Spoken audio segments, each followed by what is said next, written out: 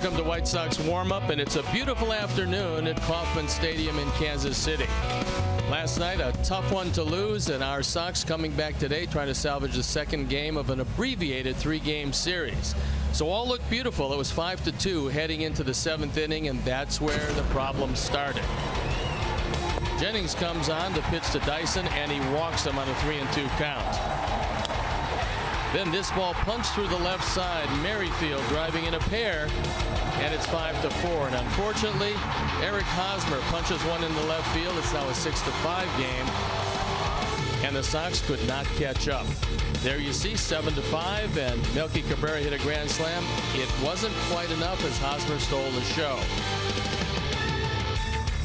So when we come back from our first break, Robin is going to talk about the bullpen and some of the letdowns lately. The Ford White Sox warm-up show is brought to you by Ford, inviting you to visit your local Ford store or localfordstores.com.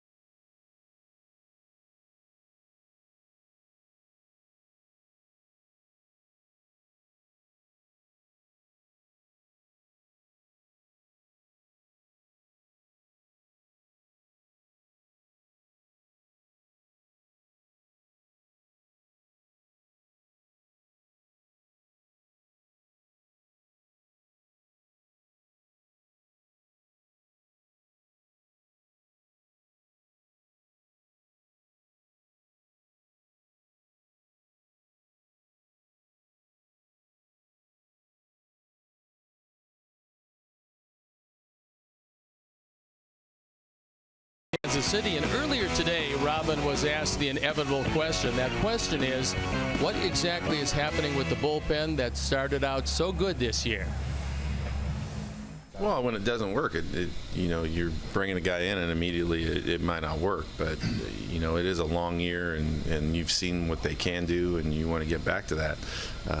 We also went through a stretch where we were using them a lot, and then they get a little bit of rest, and I think you look at like a game like last night, when it doesn't work and it doesn't fit, it always looks different. You can second guess anything at that point.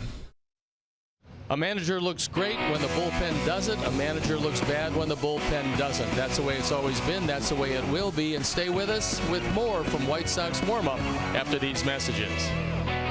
The Ford White Sox warm-up show has been brought to you by Ford, inviting you to visit your local Ford store or localfordstores.com.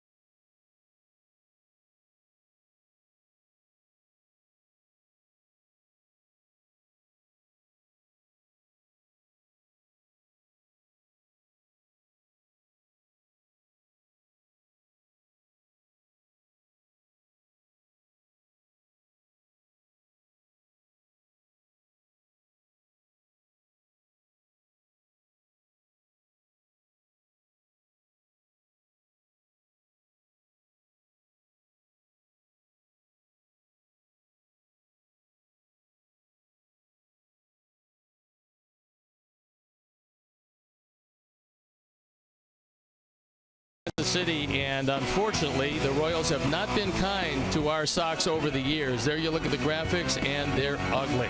36-61, as you can see, from 2011 through this particular season. It's been all Royals. Sox look to turn it around today. We'll be back with baseball after these messages.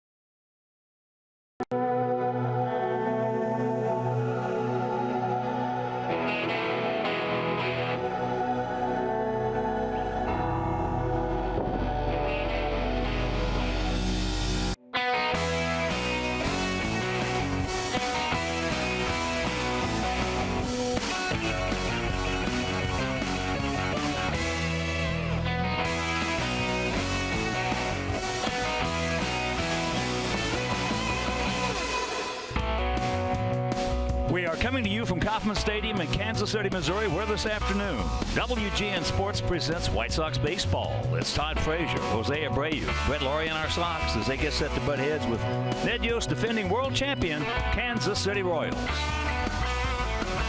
Hi, everybody, and welcome. I'm Ken Harrelson with Steve Stone as we get set to bring you the second of this rain-abbreviated series. As you know, we got rained out on Thursday, and then last night we were trailing 1-0 going to the 6th inning. We scored 5 runs. We wound up losing that ball game 7-5, so we have not been playing well. The bullpen certainly has been very porous out there, giving up a bunch of hits, bunch of runs. And with that loss last night, the Central is really getting tight. There's no doubt that despite the fact that the Sox have won just 25% of their last 16 games, they still hold the lead. Miraculously so, although Cleveland has less losses. Kansas City knocking at the door. The Tigers not all that far back, and so as we suspected when the season started, things bunching up. The good news, the Sox still have the lead coming into action today. And quite frankly, there's a lot of areas of the club that has to shore it up. If they do, well, there's no place like being the front runner. And they're couple of very, very talented young pitchers on that bump today. It's another rematch from back at U.S. Cellular Field, and we got a good young lefty and a good young righty. Carlos Rodon threw the ball exceptionally well, and Kansas City's seen him twice. They saw him at spring training. He was brilliant. And they saw him back in Chicago, and he was equally as brilliant. He got the win in that one. And so when you go head-to-head with Ventura, you've got to be pretty good. Last time out against our Sox, he gave up 6 hits, 3 runs, but he walked 4, didn't have control. On the other side of the equation, 8 hits, only 2 earned runs for Carlos. He threw the ball well, didn't use his changeup, but he had 2 good sliders working for him, and hopefully more of the same today. And today, if the Sox get the lead, here's hoping they nail it down. Well, Todd Frazier touched up Yordano Ventura on Sunday with home runs and added to his major league lead. He and the Sox will look for more of the same today, so sit back, relax, and strap it down. White Sox baseball coming your way.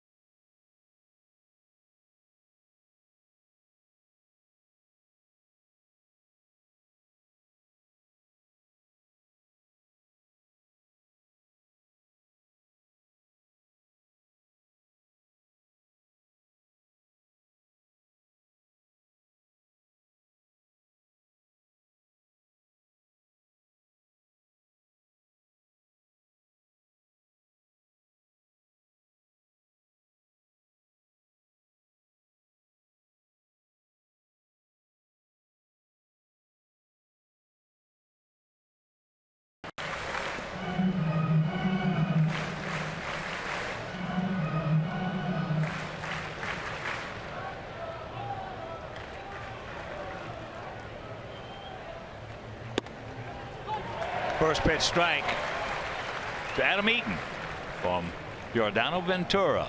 And before we show you our picks to click, you at home select yours. Ventura, 24-year-old right-hander. Got good stuff. Good fastball. And every now and then he runs a real good curveball out there. Yeah, he's got a good curveball, and he's got a changeup that's getting better. But occasionally he gets frustrated. He's a very emotional young man. He's got a big arm, but if you can get to him, he'll lose his control. That curveball, just a little 3-hopper. Let's take a look at how Robin's going to line him up this afternoon. Adam Eaton, who you just saw, followed by Austin Jackson, Todd Frazier, who's been red hot. Then it's Melky, Jose, Brett, Alex, Avisail, and Tyler Saladino rounding it out, the defense behind Ventura. Merrifield, Kane, and Orlando in the outfield with Cuthbert, Escobar, and Fonte and Hosmer in the infield. Sally Perez behind the plate, and Yordano Ventura on the hill. So here's Austin Jackson. Austin, that's out of play right side, 2 for 4 last night. Comes in hitting at 247. Sox hitting at 248 as a club with a 3.41 team ERA. This is the 5th meeting of the year between these two teams. In the first 4, Kansas City has won 3. Here's an example of a changeup. That ball was a little higher than he would like, so far he doesn't have the feel of the straight change.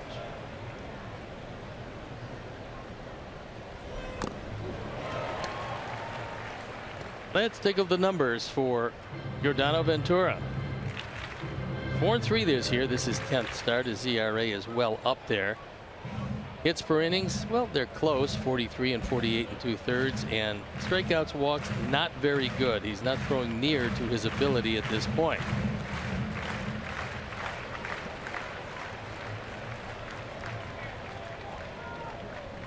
And once again, the 0-2. And here at Kauffman Stadium, 330 down the lines, 387 in the gaps, and 410 straight away center.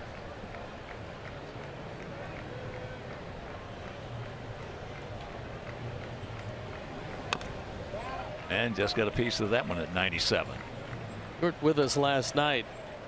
This ballpark here has more square footage in the outfield than any ballpark in the major leagues. And so it's essential that you have burners out there.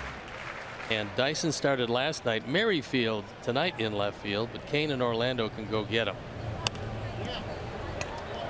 Another souvenir and another big crowd on hand. Royals averaging 32,543 through the first 21 home dates. And why not? Came within 1 out of winning consecutive World Championships. Well, they have an exciting ball club because they score just enough runs. They have a whole lot of speed, and they play good solid defense, as well as hitting the ball under Ned Yost, the man you're looking at, who's been manning this team for a long time. And there it is, World Series champions. That's up high, and that one at 98. Now we have seen Ventura hit 100.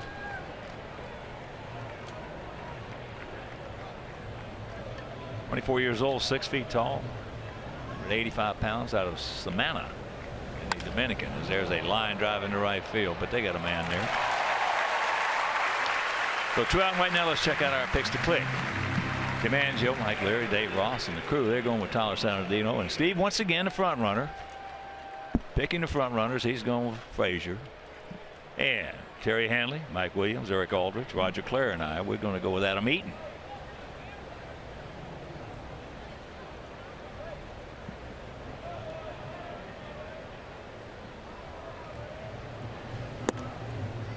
Tied. 1 for 3 with a home run yesterday. 15th. 1535 on the power numbers for Todd Frazier, who of late has been awfully hot. Did go. And the Royals looked at Ventura first. He was 15 or 16 years old. He threw in the mid-80s. Then they finally signed him for $28,000, and he was 17 years old. And every year since then, his velocity has gone straight up. There you look at the record in 70 starts. Still a young pitcher, still with a great arm. Well, that's 2 pitches Herrera in as many days right under the chin of Frazier. Well, that one from Herrera was more dangerous than that one. Yep. That was more right behind his head. And we got an answer for that. We got to give them an answer for that.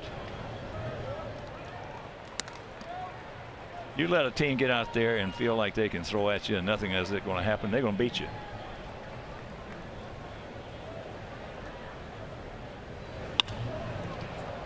That's high into left field, so he's going to have an easy 1-2-3 inning. And after a half inning of play, it's our guys nothing, and their guys coming to bat.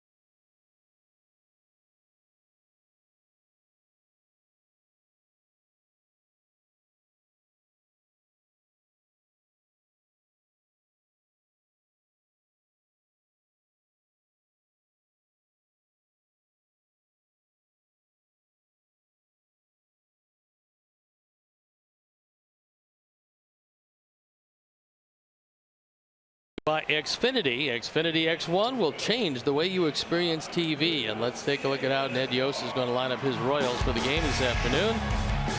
Escobar, Merrifield, and Kane at the top with Hosmer, Perez, who is tuning it up lately. Orlando, Cuthbert, Eibner, and Infante rounded out.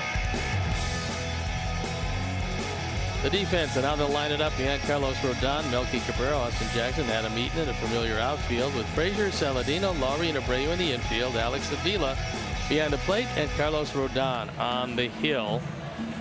There you take a look at his 10th start. He's 2-4. His ERA 4.5. Opponents hitting .274. He's had one very good outing against Kansas City in Chicago and one very good outing against him in spring training. There's Escobar.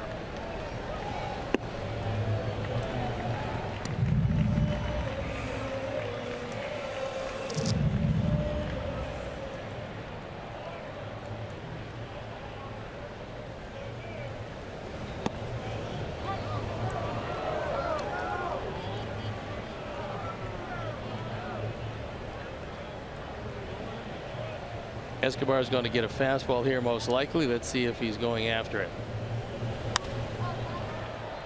Well, usually if it's straight, he's going to go after it.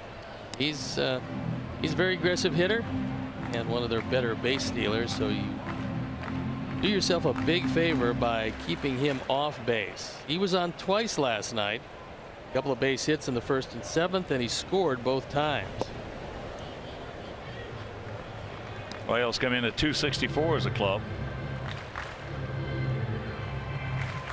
16 points higher than our team. They have a 3.81 team ERA. Ate him up. 1 out. We'll take a look at the umpires for the game this afternoon. Will Little behind the plate, the crew chief. Ted Barrett at first. Ryan Blackney is at second, and Angel Hernandez is at third.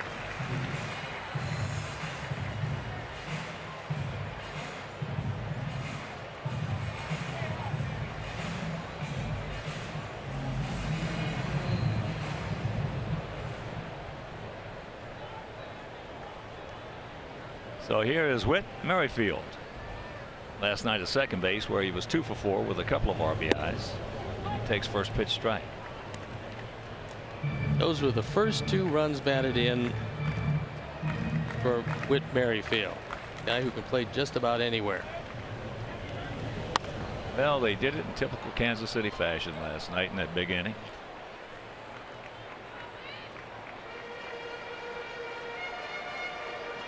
At 4 and 7th. That's Duck Snorts. Little soft infield ball that Escobar hit that he ate him so bad it wasn't hit hard enough to get to anybody. And then a little bloop single off the bat of Hosmer. But we let the wrong man beat us last night. Hosmer with 4 RBIs.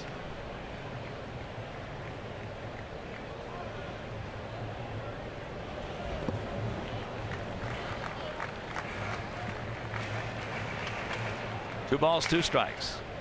2 different kinds of sliders for Carlos Rodon. He's got the get me over, which is still pretty good. It's 82-83.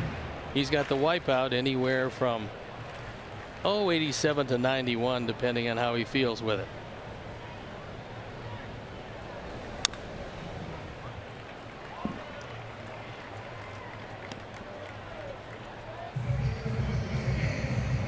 Well, after that game was over last night, I told some of our guys, I said, you know,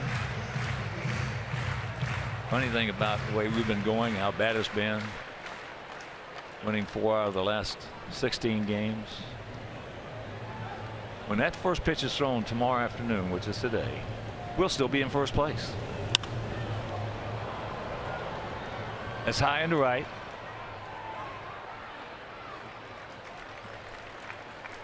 And out number 2.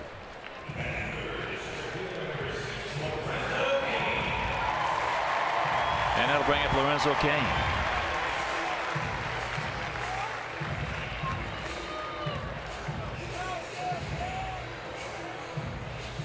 Carlos this year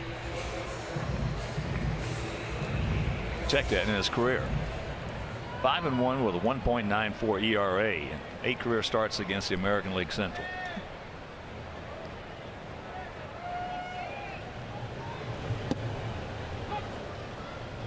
And there's strike one. One of the advantages that the Sox will have is that Kansas City has a 4-game series with the Cleveland Indians, that being the 2nd, 3rd, 4th, and 5th of June, meaning somebody's got to lose some ground if the Sox take care of their own business.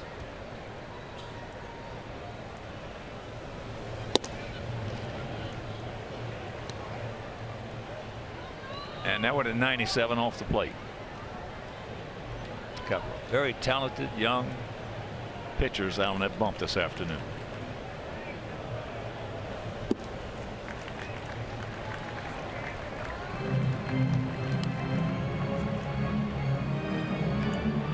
Sox come in 14-10 on the road. They are 13-12 at home.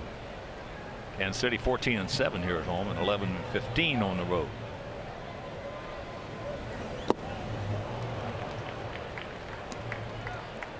Two and two.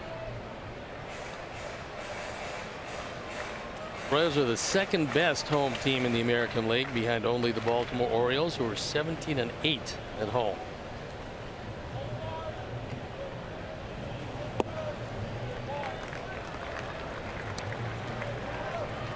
Full count.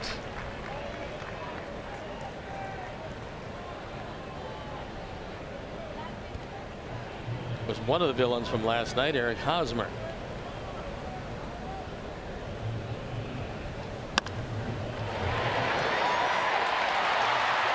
That'd be a base hit.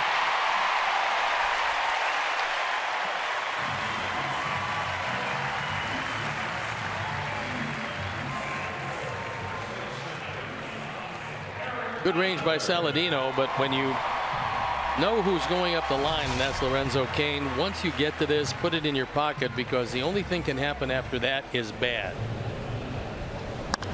Does a good job of getting to it, but it's got no chance of ever getting it. They get Alex Gordon out to get Mike Moustakas out. Kendrys Morales got a bad finger, so he hasn't played. So that's 3 of the starting 8 big bats out of the lineup for Kansas City. Well, that's why this is the one guy you can't let beat you with those guys out of the lineup.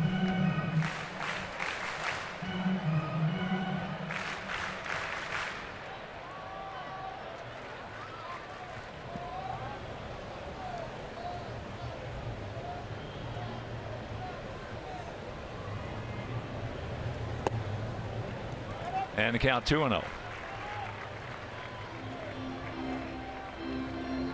Hosmer 307, 9 long ones, 27 driven in. As I mentioned, 3 for 4 last night. With a opposite field home run, wind blown, and he knocked in 4.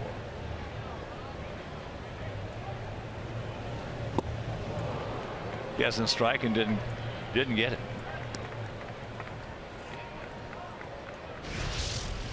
Is when he took a little something off. That ball with good late movement threw it by him.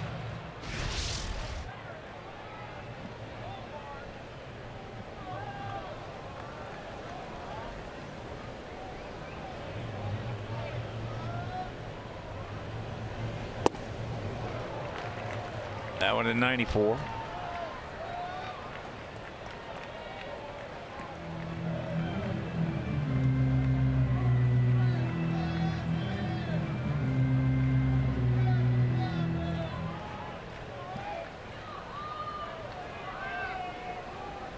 Runners on this year, Hosmer hit .301.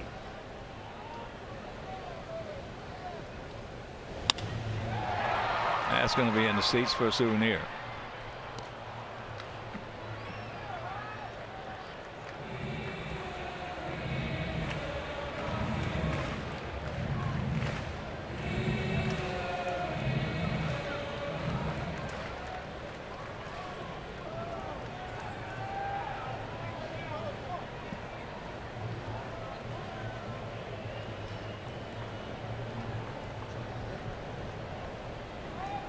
There he goes.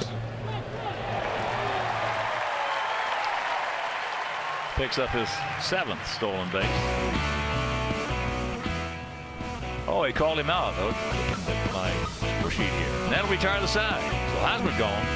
And after 1, no score.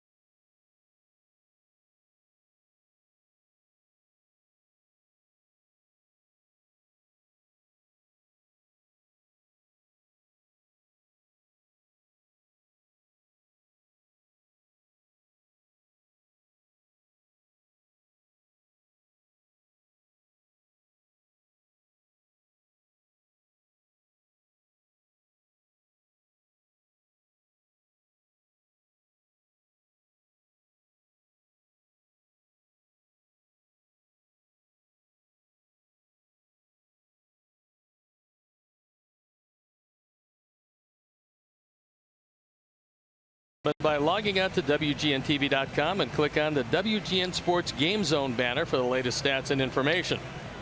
The Sox Game Zone is powered by Dodd Camera. It's family owned for 125 years, handling all your photographic needs. Dodd Camera, where the focus is on you. Top of the 2nd inning in the scoreless game. Cabrera, Abreu, and Laurie.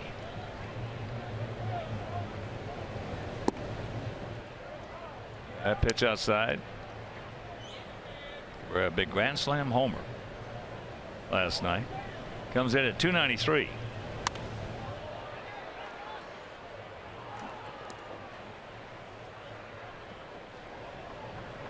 The Milkman has delivered consistently against Kansas City, one of his former teams.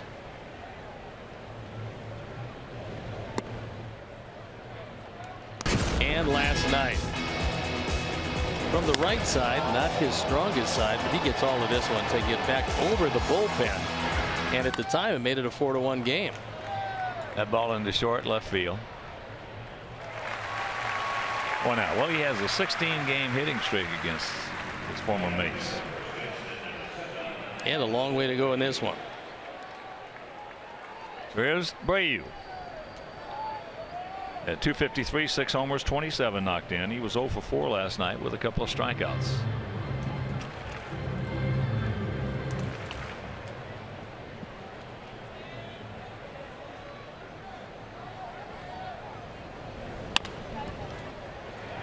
A chopper to Hopper. Fonte.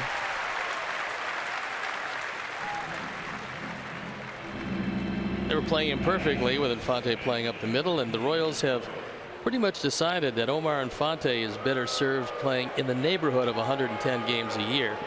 Trying to get any more from him lowers his effectiveness, and so he's back in there today, day game after a night game. Here's Brett.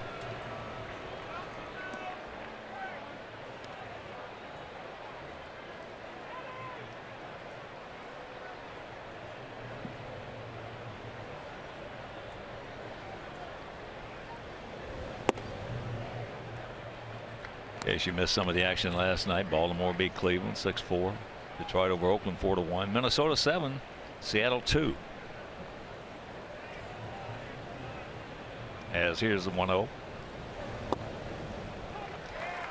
And that evens the count. Cubs beat the Phillies 6-2. Lester 5-3 over Morgan. Cardinals beat Washington 6-2. Toronto over Boston 7-5. Although Jackie Bradley Jr.'s hitting streak has come to an end, Xander Bogaerts, I believe, has a streak that rolls right along. Nice piece of woodwork right there by Brett. Not trying to do too much with it. Just serves it out there into right field. So our first hit. This is a changeup that he pretty much telegraphed all the way. That wasn't the same motion. It wasn't the same release point. When a pitcher does that, his straight change is not going to be all that effective. That ball was out belt high away, and Brett stayed right with it.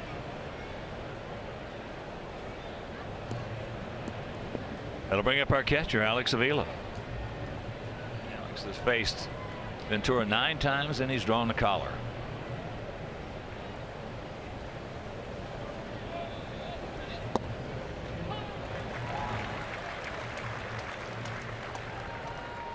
It was very good late movement on that fastball away, and even though it wasn't caught in the way you'd like to catch it, Perez got the strike call. Ventura, pretty good move to first. Got some quick feet.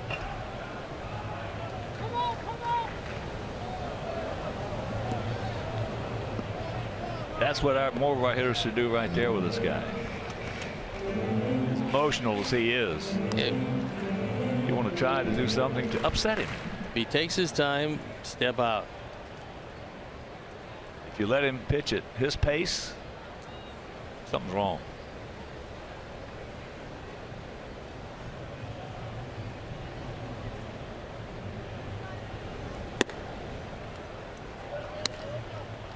There's another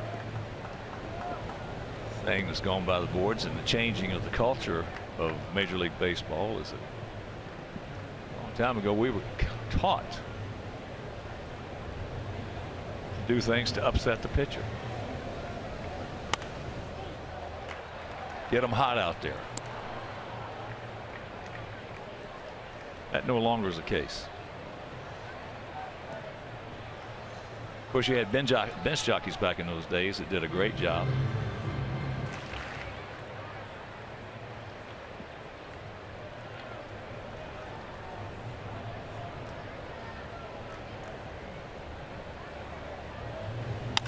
And there's a little flare. Hit fairly solid by Avila. So 2 on 2 out.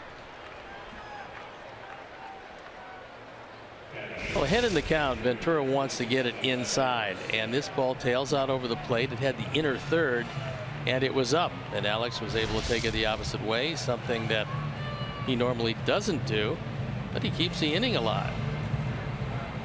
For Avi.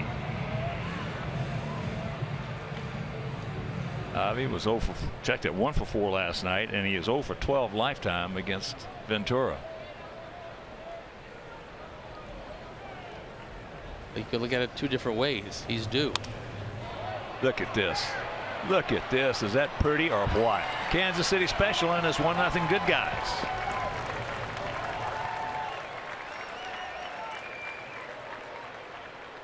The 13th time was the charm, and he drives in his 16th run. He just reaches out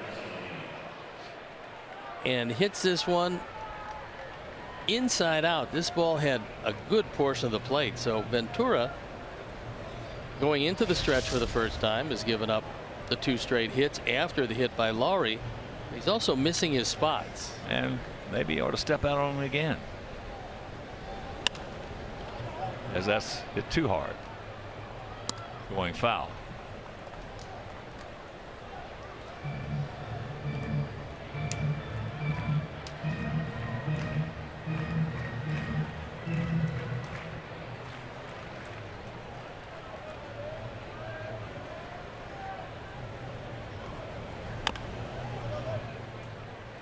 Into the count.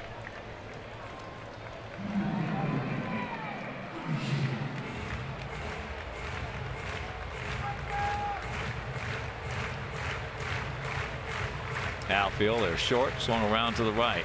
Big gap out there in left center.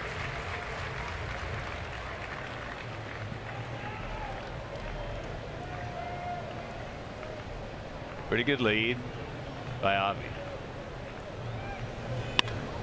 And that ball hit hard into left field. Go, stretch, get over. He looks up. You can put it on the board. Yes. Deep stepping out on him. And it is 4-0. Second home run of the year. And he's driven in 11. That one turned out to be a rolling breaking ball. That was up in the zone, and our fourth drive of the game is none other than Tyler Saladino rolling one out of here. He got a cookie and did not miss it. Perez wanted it outside. This ball hung inside. So 4 straight hits, 3 of them after going into the stretch. Now he gets to wind up, but they're down by 4. And here's Adam Eaton. Takes first pitch strike at him. Led off last inning in the ball game, grounding out softly to second base. Of course, with that home run by Saladino, Alex Nellius with another generous donation to White Sox charities in loving memory of Ursula.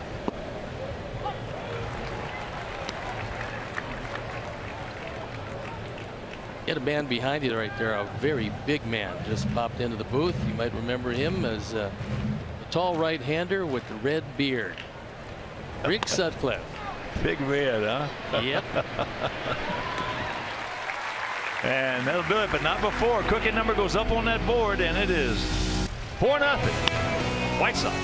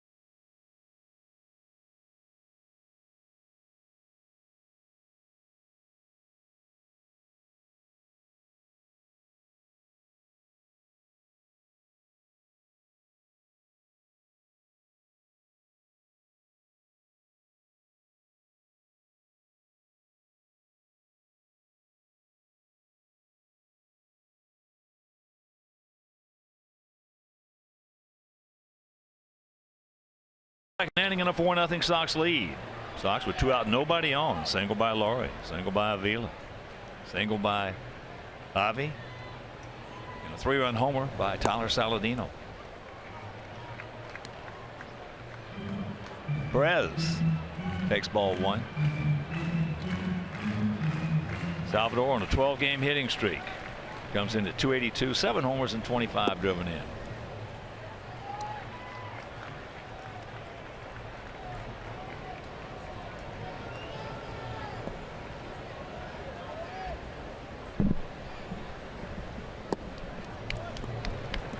Three and 0 the count.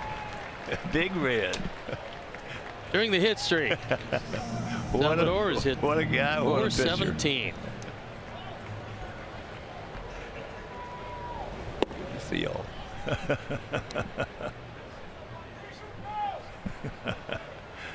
3-1 to count. Rick Sutcliffe, one of the great analysts in the game.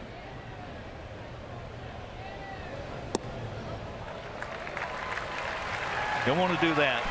I hope our guys learned something last night. We had a 4-run lead in that ball game fairly late.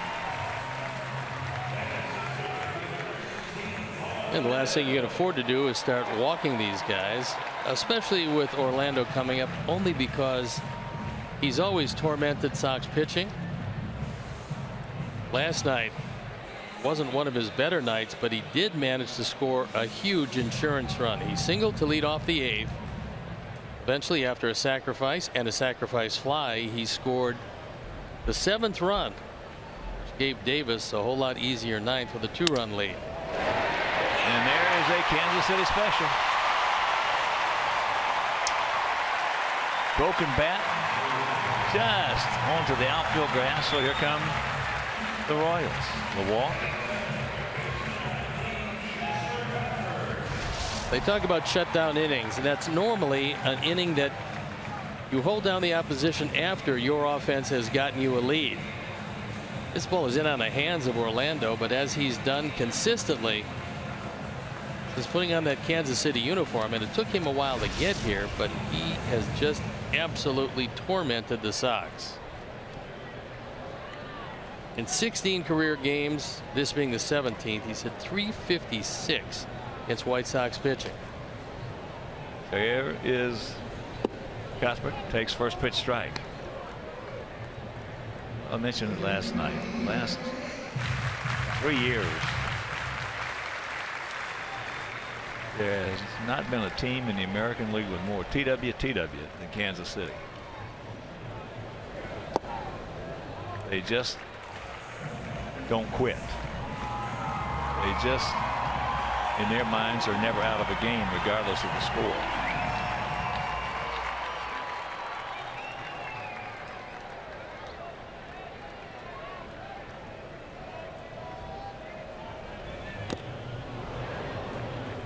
One and two the count. Kessler just 23 years old.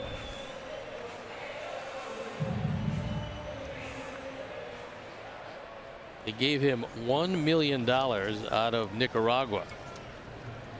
There's been a few great Nicaraguan players. One of them, El Presidente, Dennis Martinez. Oh, what a pitcher he was. They won 245 games, including a perfect game. He was something. Came up with Baltimore. Really had a hard time early in his career. They moved him from the bullpen, which is where most of Baltimore pitchers started, to the rotation, where he was always around 500 with a lot of innings and a lot of starts. But he figured it out later. Yeah, almost all their pitchers, all their young pitchers, started out of the pen. Wally Bunker was an exception. So was Jim Palmer. But those are two exceptional guys. Yeah, you're talking about 8-time 20-game winner, and 3-time Cy Young Award winner.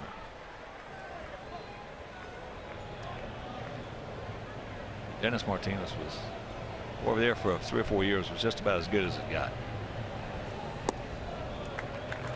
And a full count. So right off the bat, a big pitch coming up in the scheme of things. Cuthbert being a young player, all you have to hope is that he expands his strike zone, swing at anything close, and hit it on the ground.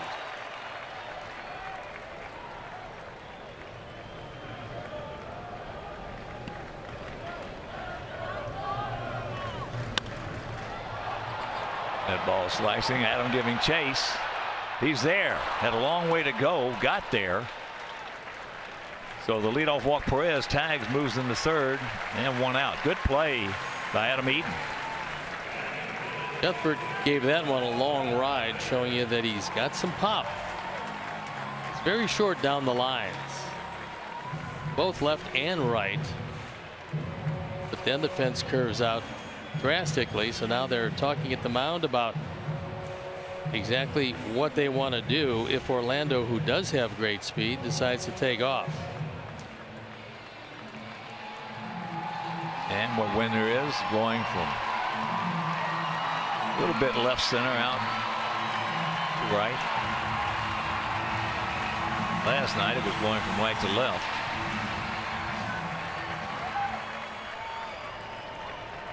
And here's Eibner. Brett Eibner. Did some good numbers in 41 games at AAA last year. Had his first major league hit last night. And his family was here. And he also had a big sacrifice bunt. Somewhat surprising for a guy who was a slugger in their minor leagues. But he got it down. 2-0.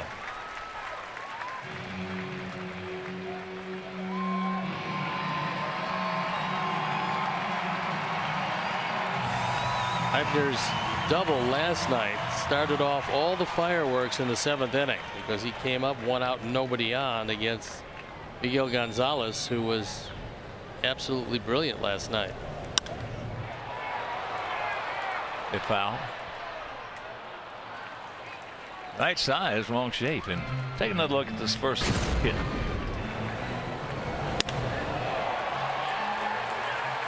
Took it into left field and then hustled double as Melky couldn't get to it. His family was absolutely ecstatic, as well they should be. But that bunt that he laid down in the 8th inning turned out to be equally as important from an insurance run standpoint. Yeah, that double was not hit hard. He just muscled it out there.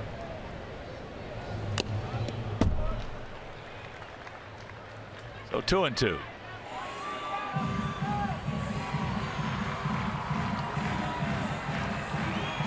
Forty pitches so far for Carlos, and Alex Avila has confidence, and if Carlos has confidence in that good hard slider, this is a good time to use it to what should be a very over anxious young hitter, and this just his 2nd game in the major leagues. There he goes. And that is popped up. Playable.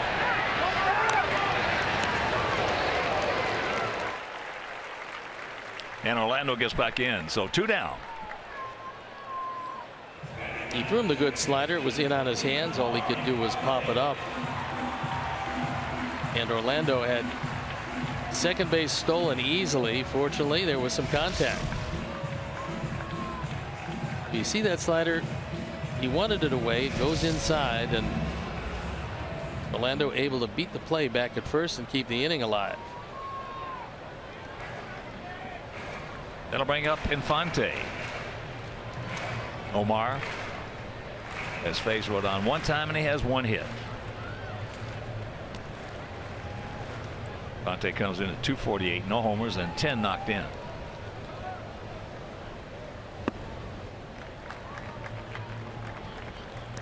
Last year, for the first month and a half, 2 months, Infante helped get these guys off to a big start. And then he really tailed off, and that's one of the reasons why they want to play him in a minimum of games this year. He played in 124 games, hit only 200.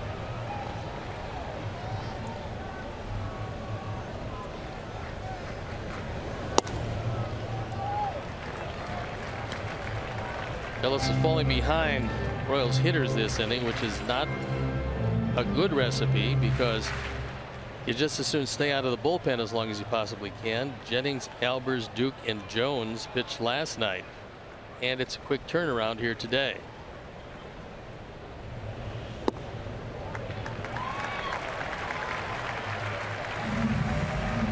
Bringing over the count.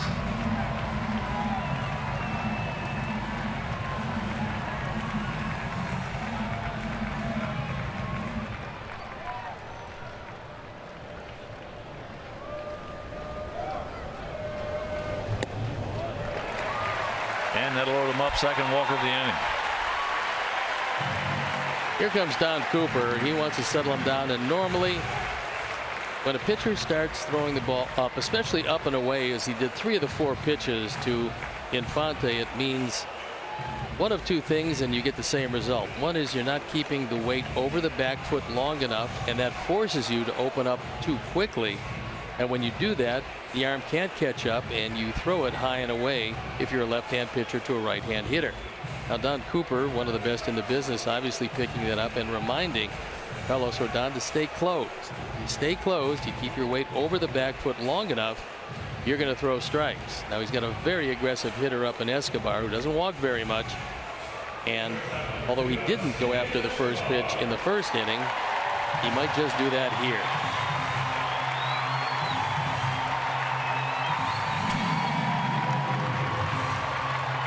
4 runs, 4 hits, no errors for our guys. If you're just tuning in, no runs, 2 hits, no errors for their guys, and we're just in the bottom of the second. But they have 2 out. Sox packed with Royals.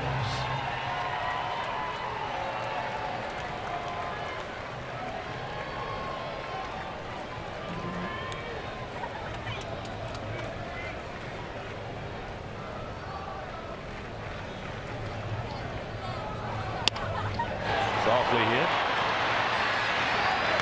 Good pitch, ate him up, and that'll retire the side. So they threaten, they cannot score, and we still lead it 4-0.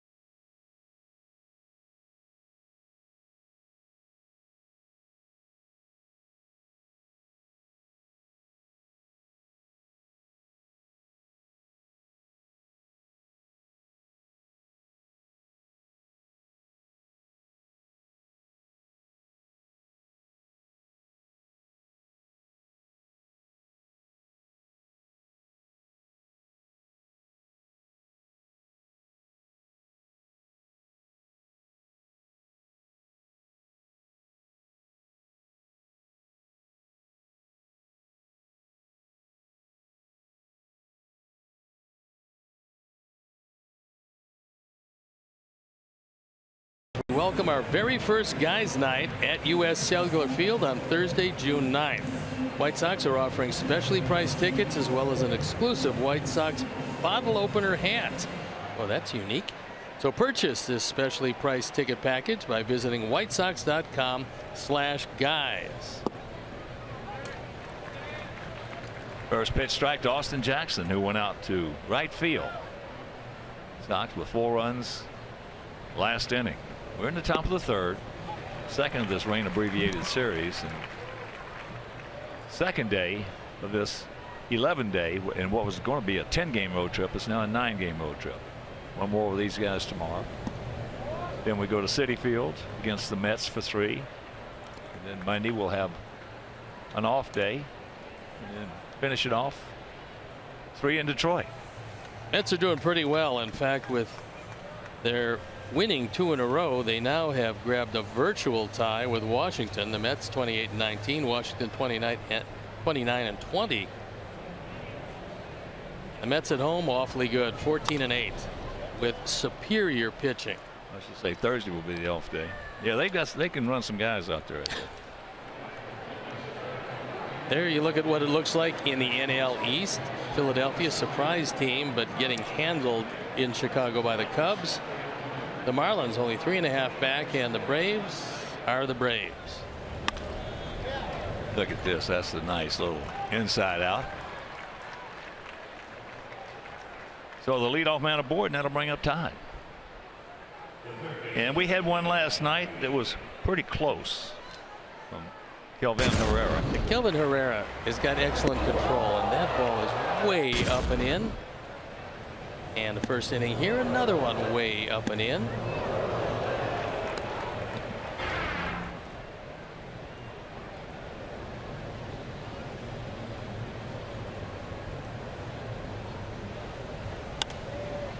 And that pitch is fouled away to the right side, and it's playable for Hosmer.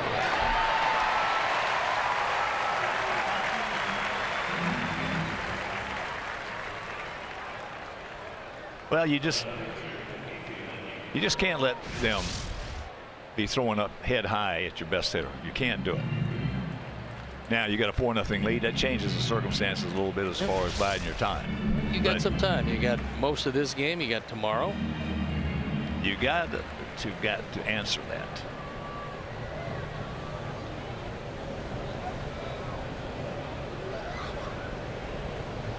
Cabrera went out.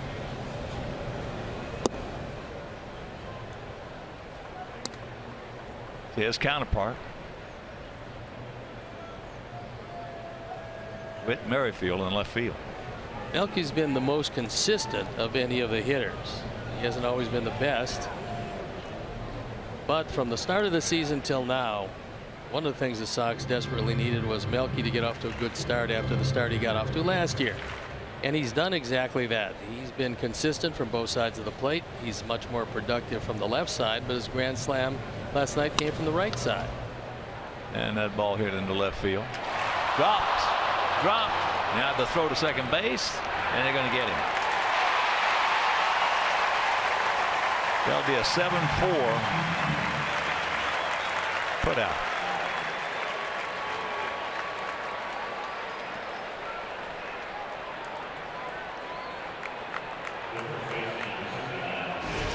It's looked to be a fairly routine play, but it hits the webbing of the glove. It drops out. And we'll take a look at Austin Jackson. Now he's looking, and he starts back a little too early, because if he just holds his ground, I don't think that Merrifield's going to be able to get him at first. Retreating, as it turned out, turns into a force out.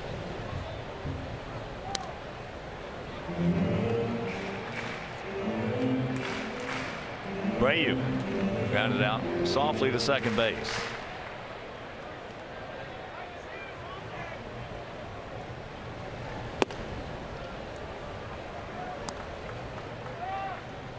He's in pretty good shape now, looking out away. Just a matter of time after he hit the ball so very well at the end of the homestand that he starts hitting the ball out of the ballpark. Turn him loose. 3-0.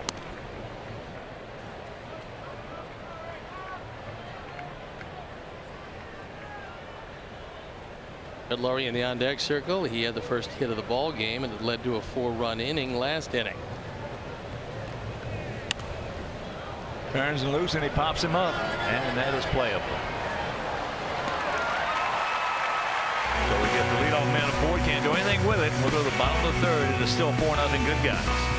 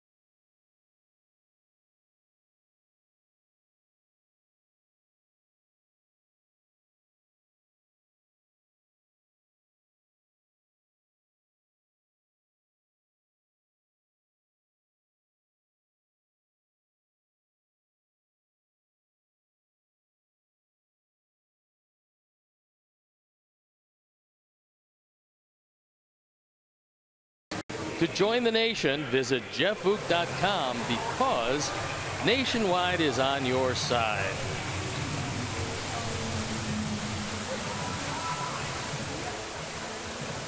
Here's Merrifield. He'll lead it off for the Royals here in their half of the third. It'll be Merrifield, Kane, and Hosmer.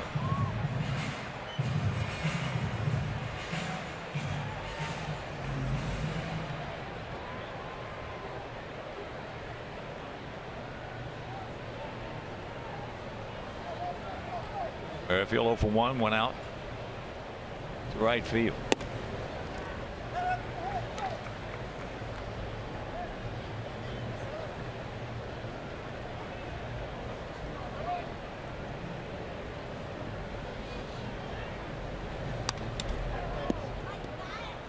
That looked like it hit Avila in the head on the backswing, and Alex has had so many problems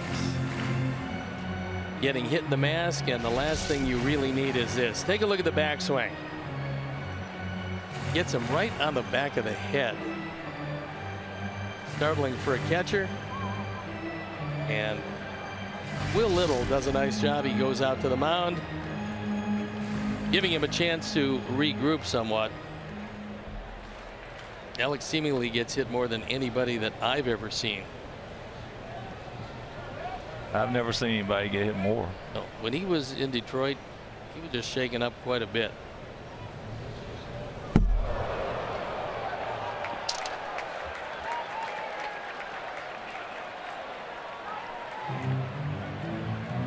Two and one. This is just a bit outside.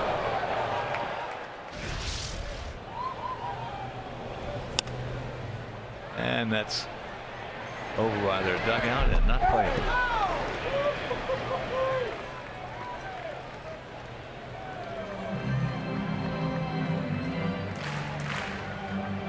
A.J. Pierzynski got hit at the time because he was so big. I think, yeah, all big catchers are going to get, they take up obviously more space. They're going to get hit. Sometimes guys like to get a little closer to the plate than other guys, depends, and that's catcher preference. Some guys don't seem to get hit at all, and then it usually goes in streaks anyway. You might not get hit for 10 days, and then you'll get hit 7 times in 2 games.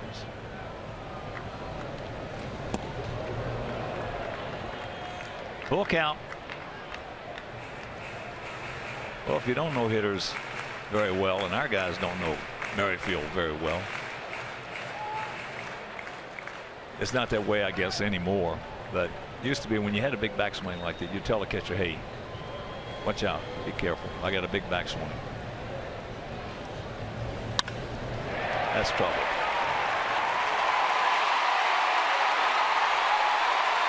So there is the leadoff double. That's his 4th 2-bagger. Kansas City really likes Merrifield. They know that he came from a baseball background, that his father was a professional player, and because he starred in the College World Series, because he can play anywhere, they believe he's going to be a solid player. Now, with Moustakas out for the year, Cuthbert and certainly Merrifield are going to get a whole lot more play, and because of the flexibility of Merrifield, you can put him anywhere and get a good effort. Well, he carries himself well. He carries himself like a major leaguer. He does. He looks exactly like a ball player should look. That has to do with the fact that his father was around and playing professional baseball a long time. And that was popped up by Kane. Merrifield not going anywhere. So 1 out.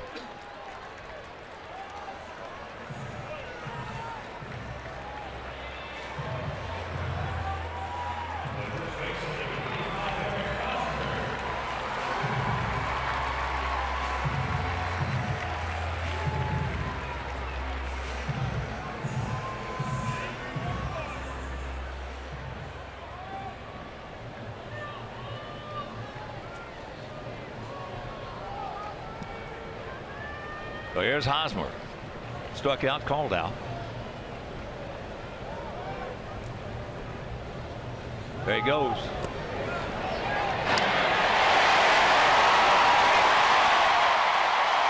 The mistakes mostly young pitchers make, and that is you only look back one time. And when you get a heads-up player, we've said that about Merrifield from the first time we saw him. Get a heads-up player who realizes that the pitcher doesn't look back. He's going to get a good 3-step lead, and it's very easy to steal third base. In fact, top quality base stealers will tell you third base is easier than second base to swipe.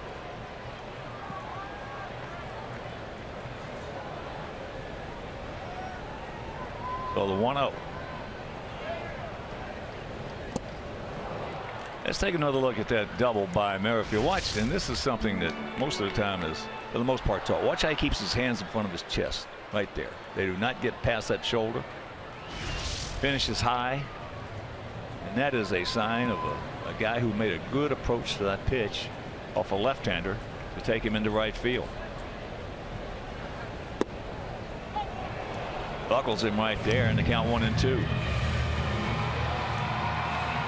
Yeah, you'd have, this first time I've seen Merrifield, you'd have to think he had some really good coaching coming. He did that. And a high-level college program at South Carolina. He probably was already a good player before he got there. And there's a base hit. And that's a 4-1 ball game.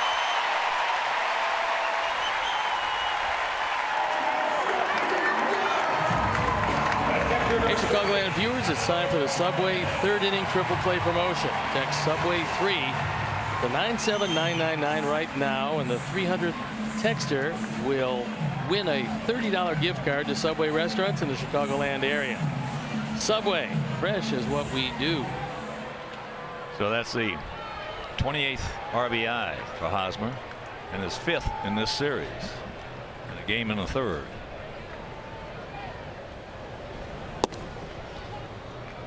Strike to Salvador, who walked to lead off the second inning.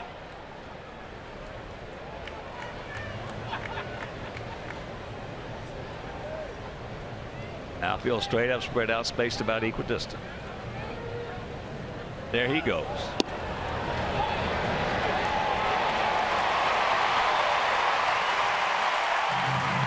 As Hosmer's 4th. Hosmer doesn't go often, but when he sees that there's a gap where he can take off, he does just that. He got a 2-step jump before Carlos ever delivered the ball, and as you can see it, when you get that kind of jump, Todd Frazier does it exceptionally well. You get that, it's almost impossible to get thrown out. He stole as many as 16 in the season with the Royals. But here's the thing about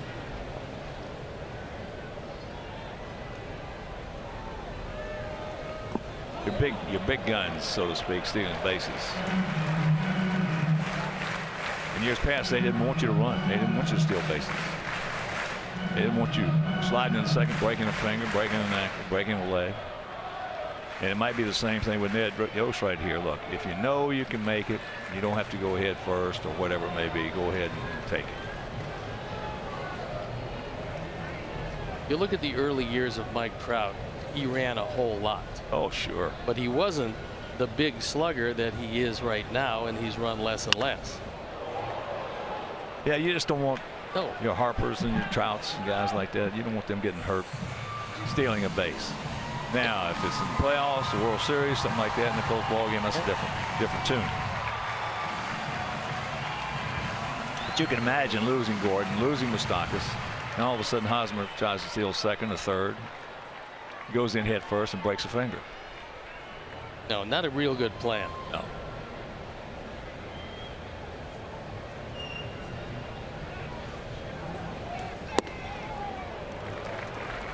We're seeing an awful lot of guys go down with finger and hand injuries, sliding head first in the bases. Well, now what's happened, we saw it with Rajai Davis. We're going to see it more. There is a sliding glove that you can use to make sure you don't bend those fingers back. And Davis has used it for a while and probably become more popular.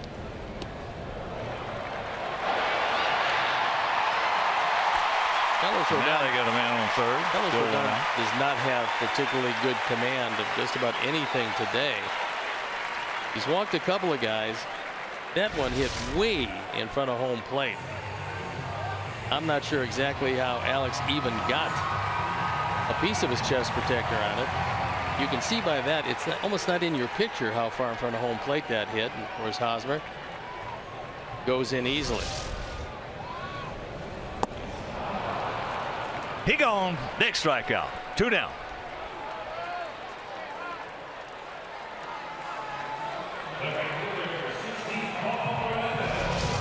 But the second Kansas City run 90 feet away. This is a good solid hard slider inside, and Don Cooper's coming out now. He wants to talk to him about a man that the Sox have had all kinds of problems with, and that's Paulo Orlando.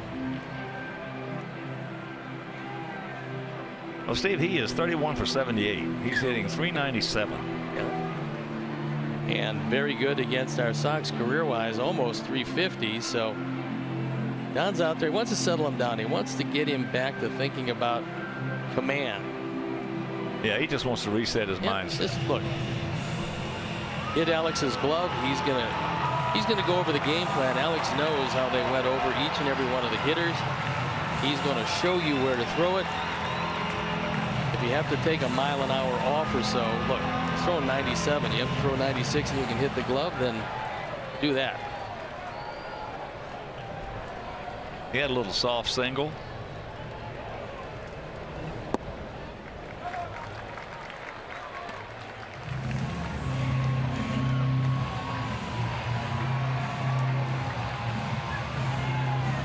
Orlando on a career best hit streak. Will show you graphically what it looks like during that streak.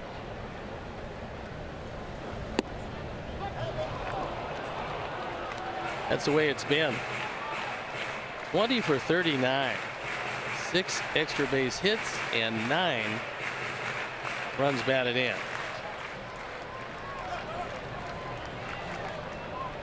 It's only a .513 average.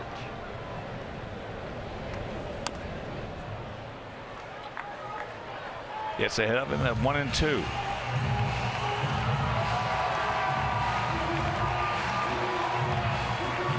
Paulo started off his career with us back in 2006. Went to Kannapolis. Played a couple years with Winston-Salem. Took him a long time to get to the major leagues before he finally did last year. Started in '06, got to the big leagues in '15. And that's right at it. Ball hit hard. That's a hang Wolfram right there for Orlando. Meanwhile, they come up with a run, and we lead it 4-1.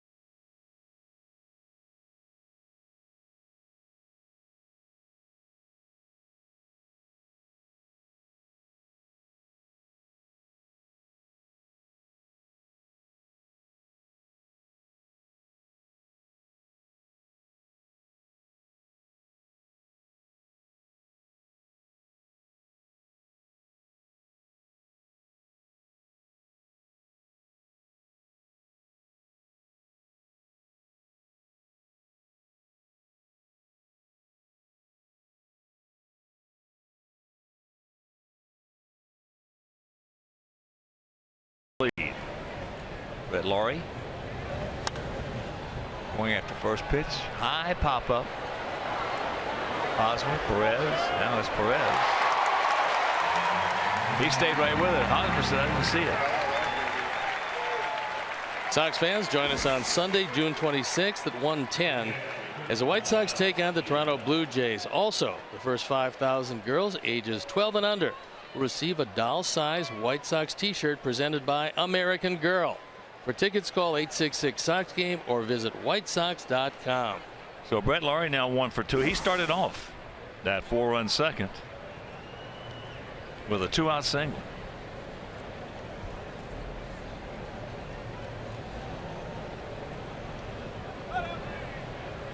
Here's Alex. He had a little soft single in the left field following Laurie's single. Gap out there in right center.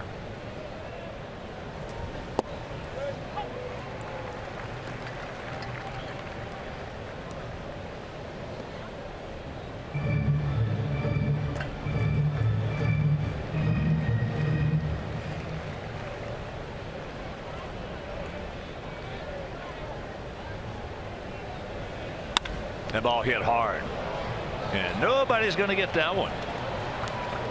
That is going to be a double, a solid double for Alex Avila.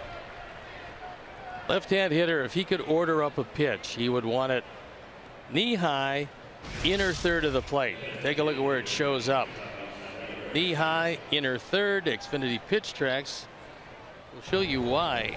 Alex just clobbered the ball. These are spacious alleys, so it's not going to leave the yard.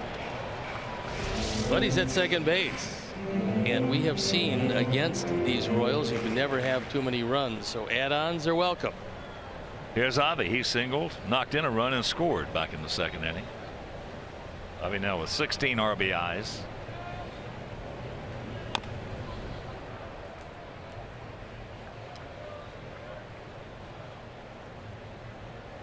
Avi last night was playing some defense. A departure from his designated hitter role, but he played a good solid right field, made some nice catches. Every now and again you like to get that DH some playing time in the field to keep him loose. Yeah, if he can play. Yep. Had a good night last night. That one catch he made was really good. I mean, he did a good job. Pitch number 56 on the way.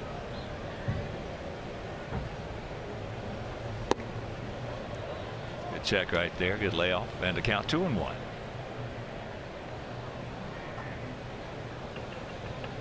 Finale tomorrow afternoon. It'll be Chris Sale against Edinson Volquez, and that game will be over Comcast Sportsnet. That ball hit hard, way back. He just looks up, and you can put it on the board. Yes, a 2-run bomb off the bat of Avi, and it is a 6-1 ball game. 5th home run. He's driven in 3 today and 18 overall. That one a no-doubter. Every time Ventura gets that changeup up in the zone, Sox hitters just clobber it. Take a look at where this one shows up. Perez wants it down. It's a high change, and high changes go a long way, and they get there in a hurry. He hung it and he heard it. That one got out of here as quickly as we've seen. Yeah, that's just about as fast as you're going to see one leave the yard right there.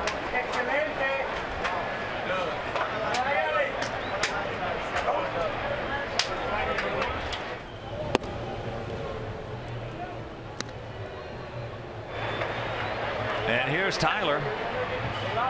He's been a big man for us in this ball game if you're just tuning in. 1-2 the count.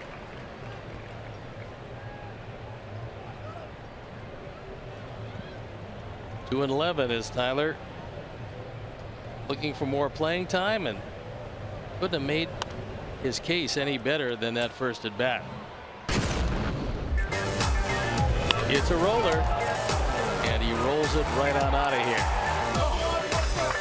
into the bullpen. 4-0 lead and a big 4-run second.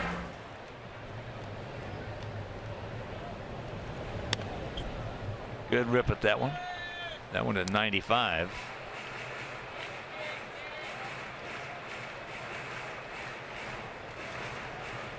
The Royals looking for consistent pitching out of their starting rotation. That's been the thing that's been lagging behind. Well, they're going to be in there even with losing Moustakas for the season and Gordon. They're going to be in there because they catch the ball. There's no doubt. And they don't strike out. Last year Ventura was 13-8 in in 28 starts. Now his ERA was a touch over 4. He turned and burned on that one. Right size. Wrong shape. In the 2 starts Ventura's had against our ball club, it's pretty easy to see why he's not as successful as he or the Royals would like. It's because sometimes he just throws the ball. He stops being a pitcher and becomes a thrower. And when that happens, you can't possibly hit your spots. And especially with off-speed pitches and straight changes, you keep him up in the zone, you're going to give up a ton of runs. Well, he's 24 years old. And he's got 53 decisions in the major leagues. And he's got a great arm. Gets him, but not before. Not before that 2-run homer by Avi. Put 2 on the board, and that'll bring up the leadoff hitter, Adam Eaton.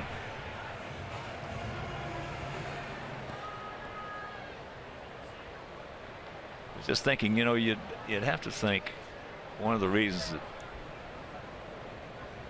Ventura's 9 games over 500 with that ability he has, but also the emotional factor is because of Salvador Perez. Well, there's no doubt that Perez has been all of their pitchers' best friends because he takes control.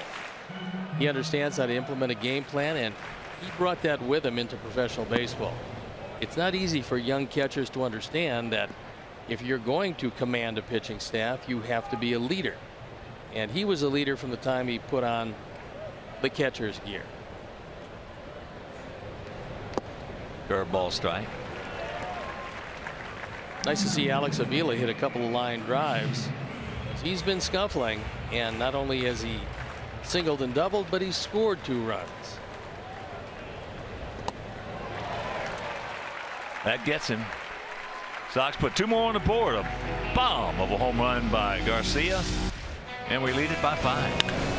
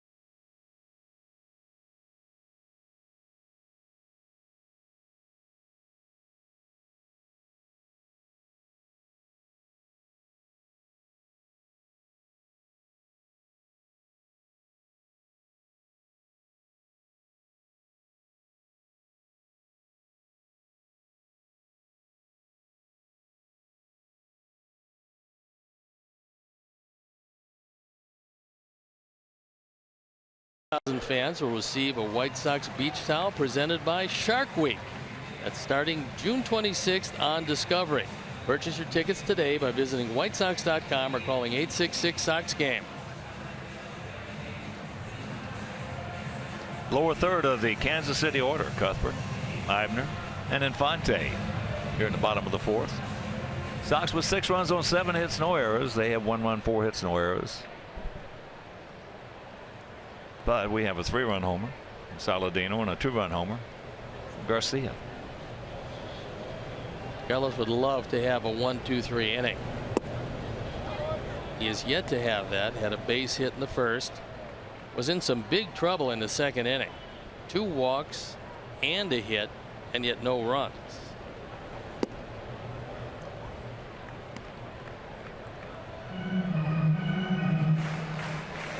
Tesla called Cuthbert. Went deep to right field. And a good catch by Adam Eaton.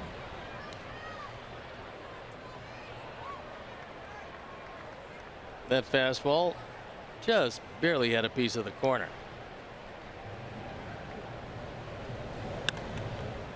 Watch out. That time Carlos leaned back and got 97 on the inside part of the plate. And Avila got it again. Unfortunately, Alex is taking his usual beating.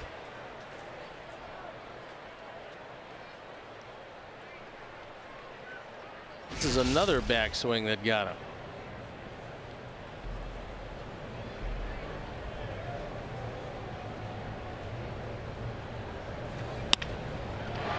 Softly hit.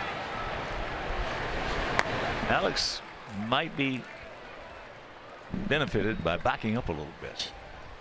Be a good plan. Speaking of injuries, we'll segue into Mike Moustakas, who's out for the year with a torn ACL. The injury report is brought to you by Dr. Anthony Romeo Orthopedics. If you have a shoulder or elbow problem, or if you keep getting hit in the mask on your head with the backswing, go to RomeoOrthopedics.com or call 312-432-2342. There's a look at Moose. Wonder if the man with the antlers is here today, carrying around the antlers, one with a large bandage on it, signifying the knee of Mike Moustakas.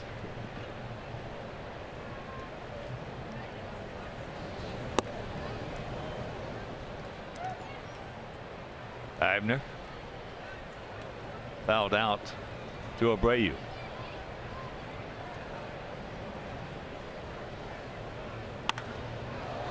He just missed that one.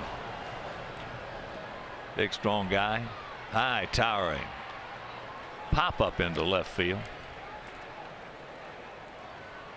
On Friday, June 10th, come and see the White Sox take on the same Orioles at 7:10. All fans are invited to stay for a spectacular post-game fireworks show presented by Magellan Corporation. Purchase tickets today by visiting whitesox.com or calling 866-SOX-GAME. And in a very short period of time, we're seeing a whole lot of these Kansas Cities.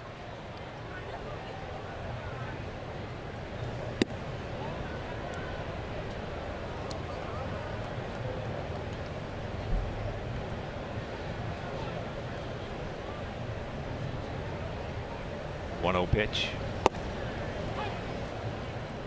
Fonte walked. 34-year-old veteran.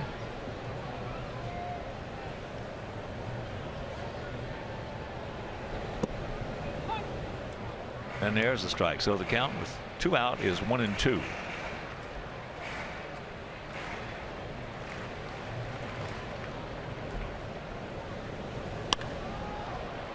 And he's going to get his first 1-2-3 inning. And we'll go to the 5th leading 6-1.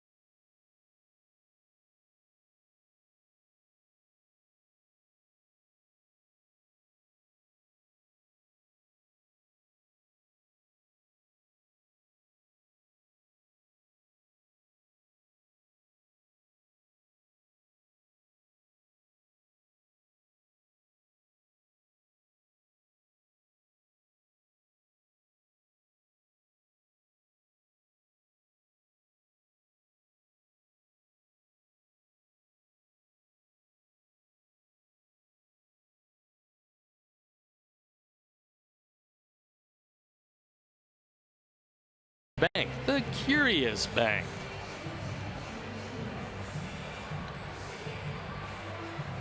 We're into the top of the 5th inning in a 6-1 good guy lead.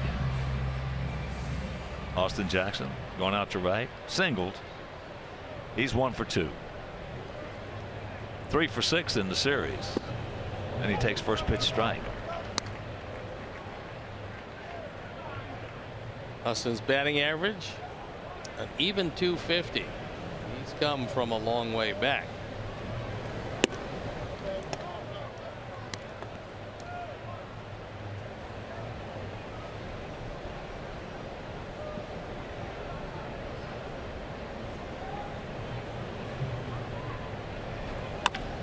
That ball's hit hard up topper, up the middle. High chopper.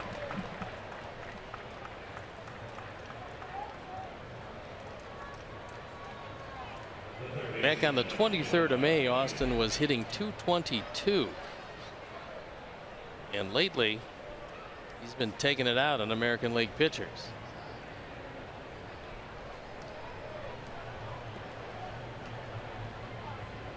So here is Todd. Todd is going out to center.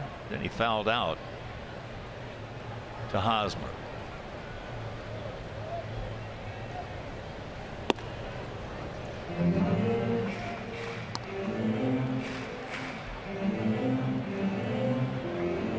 The last 18, 313, but 8 home runs, 17 driven in.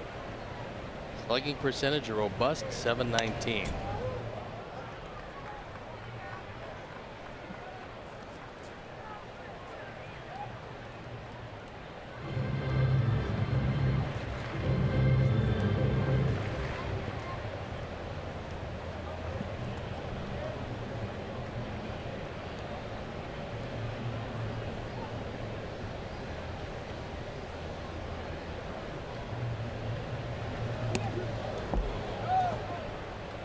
Ball way inside. That is a wild pitch. And another inside pitch. This one way inside.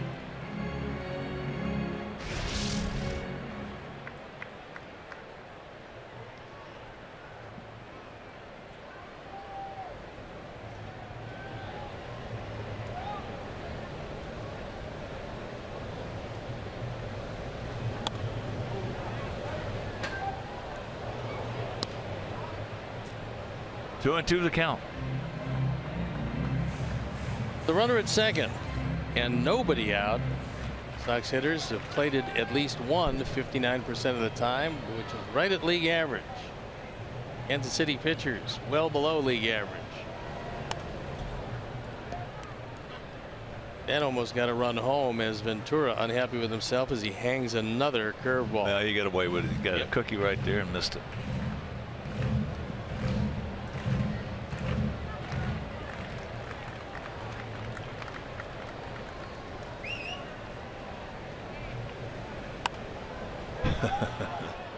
That was a get off me ball swing. That's exactly what it was.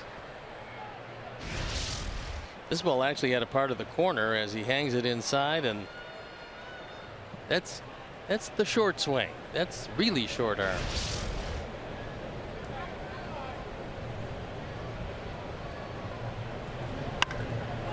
You got away with another one.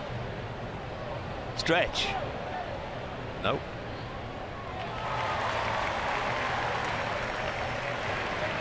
He got away with another one. One out. I'm pretty sure they're taking a look at the stuff of Ventura. And I know they want to squeeze another inning out of him, but stuff right now is not real good. And Salvador Perez goes out there to have a word with him, talking about maybe how to tighten up that curveball. But he's really telling him, don't get out there too far. He's really made some bad pitches, and if you're looking to get on top of that curveball, get more spin on it, you just shorten your stride. He's getting out there too far. Yeah. Yes, he is. That last one almost left the ballpark. Pick him up, Melky.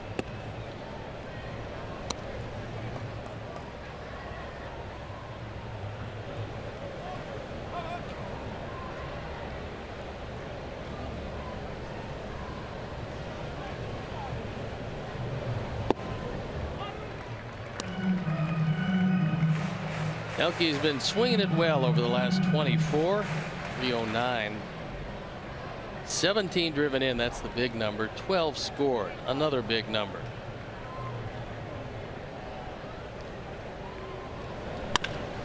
And there's a shot. Nice play by Infante.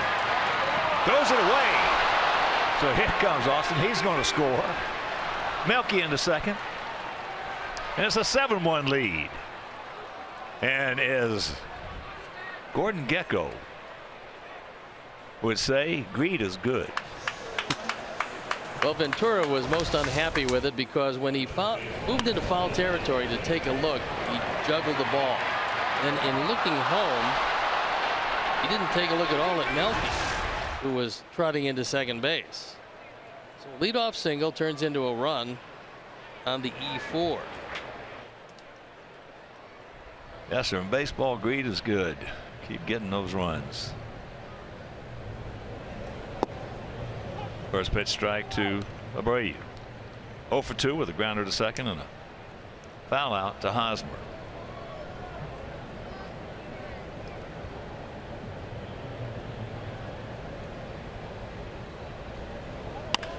He got away with another one right there. It's off the glove, and they're not going to be able to get it. Well, the question then becomes, the official scorekeeper, even though Cuthbert was moving wide of the bag, it should have been an error, and it is E5. Boy, you don't see Kansas City make a couple errors like that in the game. Not against us. They don't, and they haven't been. I mean, their defense has perennially been one of the best in all of baseball. So here's Brett. He's had a big hit in this game. 2 out, nobody on. He started off that 4-run second.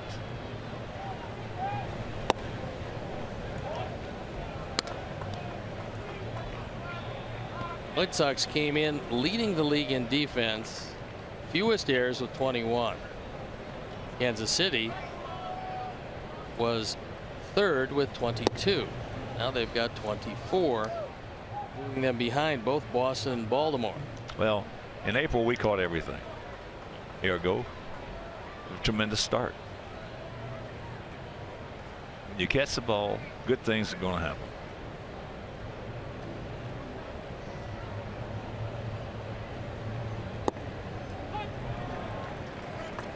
Now the bullpen up and going for the first time as the pitches are piling up. Ventura is not going to go beyond 5 if he can even get through this inning. That ball hit hard. Stay fair. Stay fair. It won't. Just foul. Dadgummit.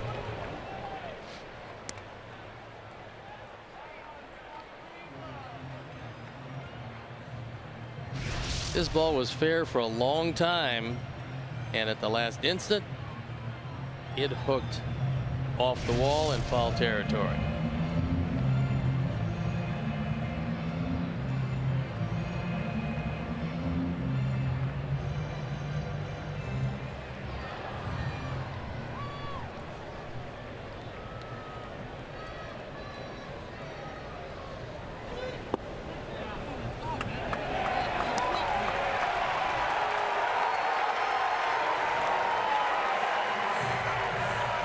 He takes a call third that he thought might have hooked around the plate. That angle shows that it had a part of the plate.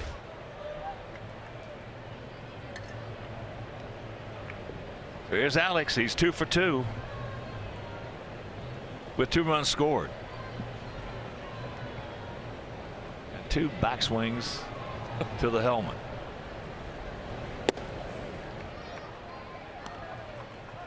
Royals pen. Shin-Ming Wong, former starter and a good one with the New York Yankees, where he had some arm difficulties. Now toiling out of the pen for the Royals.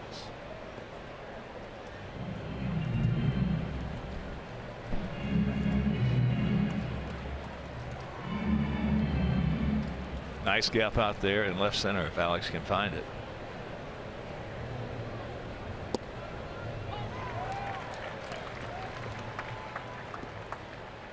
Wong spent 3 seasons out of the major leagues, nursing various injuries before returning this year. 2 on, 2 out, and the 1-1 pitch. Curveball grabs a strike.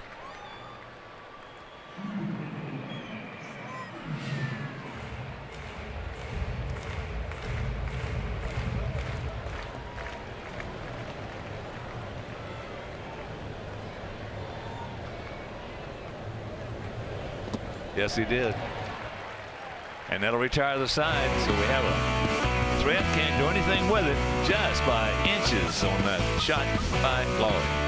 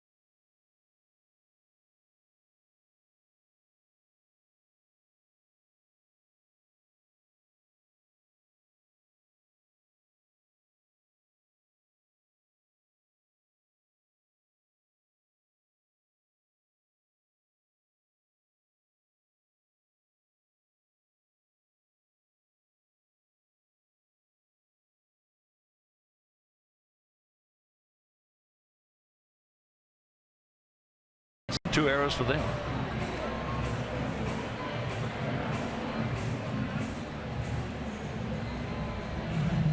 Top of the order here in the bottom of the 5th. Escobar, Merrifield, and Kane. Just tuning in. Sox with 4 in the 2nd, 2 in the 4th.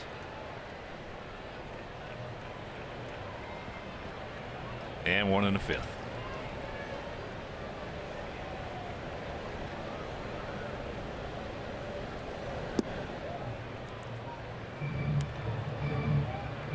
Want to know the count. Escobar twice has gone out to Frazier at 3rd. Outfield well around to the right. Huge gap in left center. And the count evens at 1. Escobar, for one of the few times, went up there to take a strike. He knows they need base runners.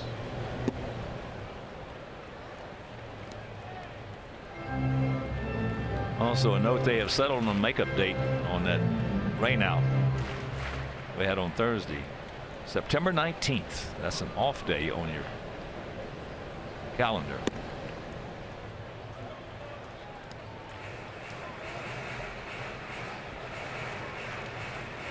That is the day after what was to be a 3-game series before heading to Philadelphia. But now it's a 4-game series. And then still heading to Philadelphia, and that game's a day game.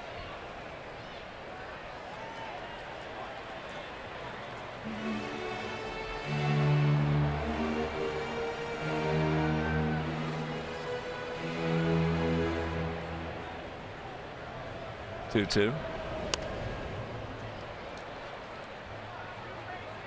Well, the schedule makers certainly have not been kind at all this year to our White Sox. We just have to hope that that rescheduled day is of vital importance to both teams. There's a bullet. The leadoff man aboard.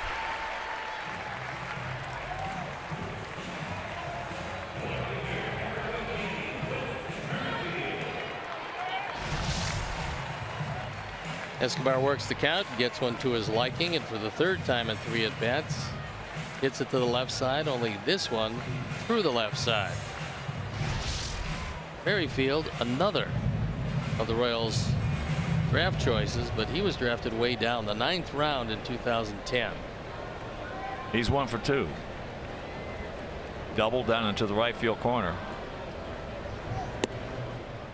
And came around to score on the RBI single by Hosmer. Royals always liked about him is he's never struck out 100 times in any minor league season. Last year, 66 strikeouts in 544 at bats at Omaha. He will put the ball in play, and that's Royals baseball.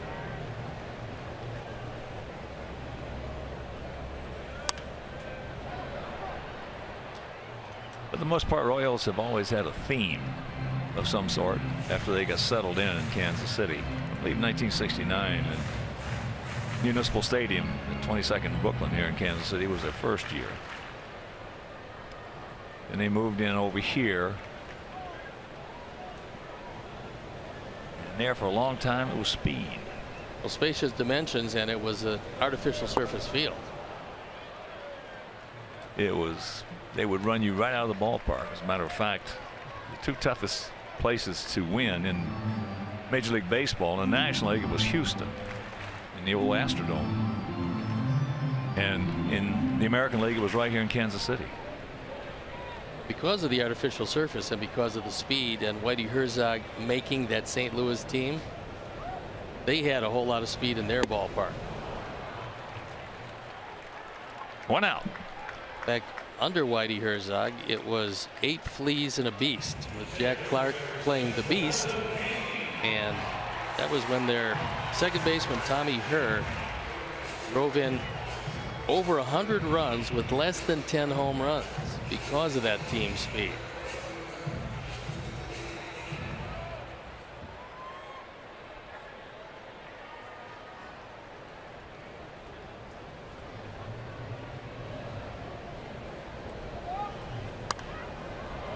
And the theme lately in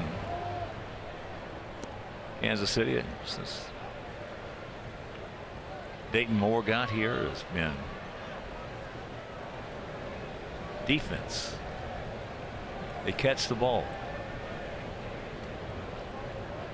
When you catch the ball and you continually catch the ball, you're going to be in a lot of ball games. Big hack. One of the reasons that Ned Yost is here is because Dayton Moore learned his baseball with the Atlanta Braves, and in those days, the man you're looking at, Ned Yost, was with the Braves. They got to know one another. He later went on to manage Milwaukee and then run over here to Kansas City, where he is 2 games over 500. Lately, a huge winner. 1 on, 1 out, 1 ball, 1 strike here in the bottom of the 5th inning.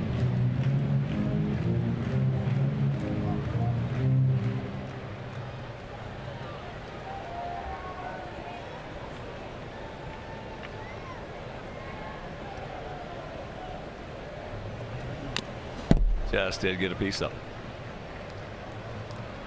Yeah, the theme lately has been defense and contact.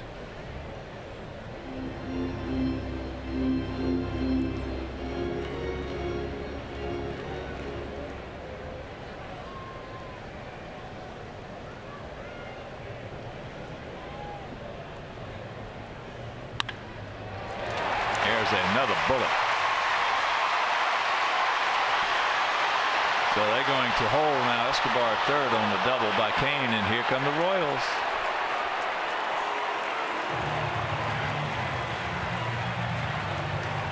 Normally in a situation where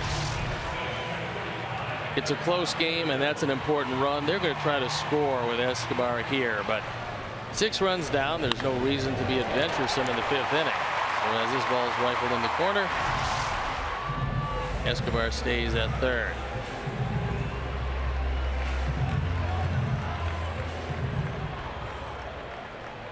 So here's Hosmer, a strikeout and an RBI single. He has 5 runs driven in, 4 last night and 1 today so far.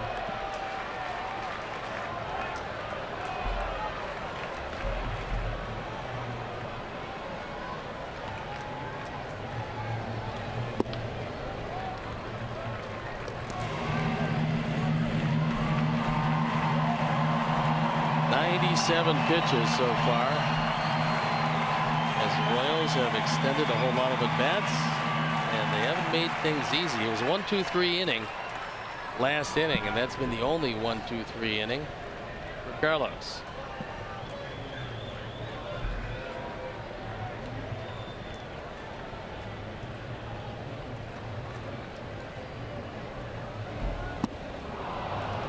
Helped him out big time right there. On a sweeping slider way wide of the plate. Couldn't check it up.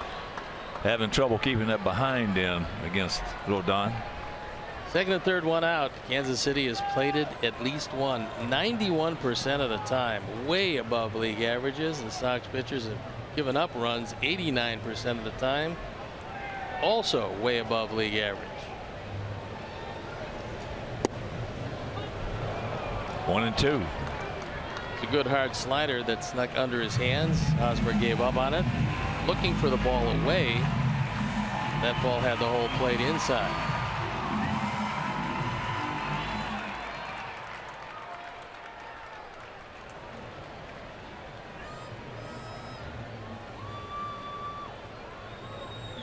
Infield back, conceding the run, pop up strikeout would look awfully good here.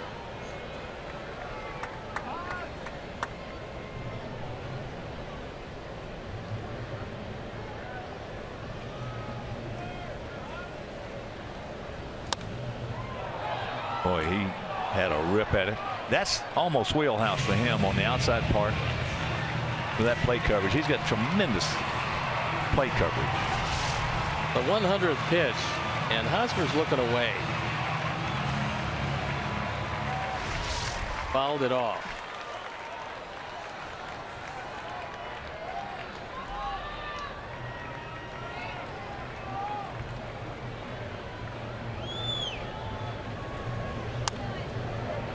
And last night, watch the location of this pitch right here in a big situation. Ball is off the plate.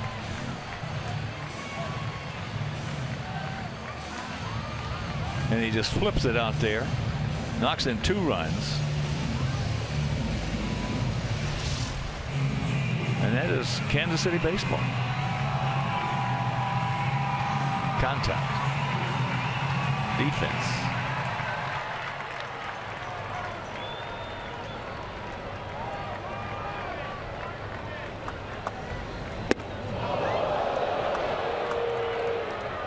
That one at 97.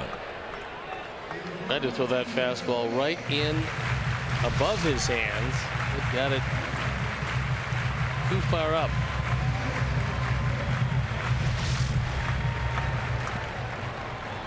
All right, hard, high, slow, low. Double him up. Or slow, low.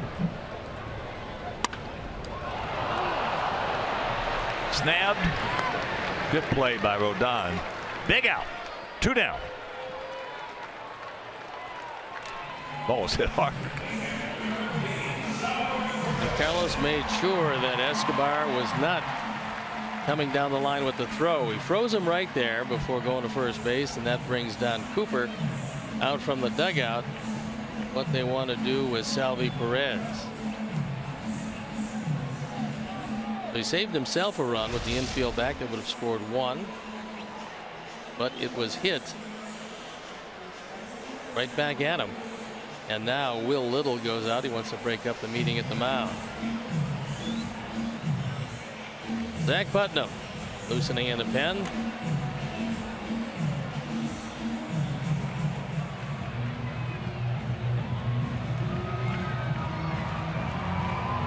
Just trying to find one more big out this inning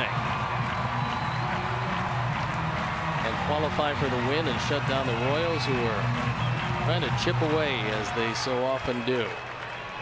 Perez has walked and he has struck out. Struck out swinging on the slider. Outfield for the most part straight up.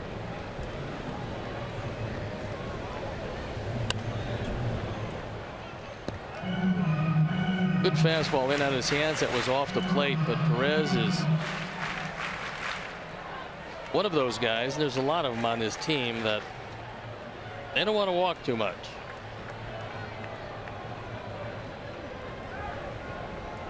That's okay when you don't strike out too much. Yeah, he's got 8 walks this year, 165 at bats. Saldino, he got it. So he pitches out of the jam, and we're into the 6th, leading by 6.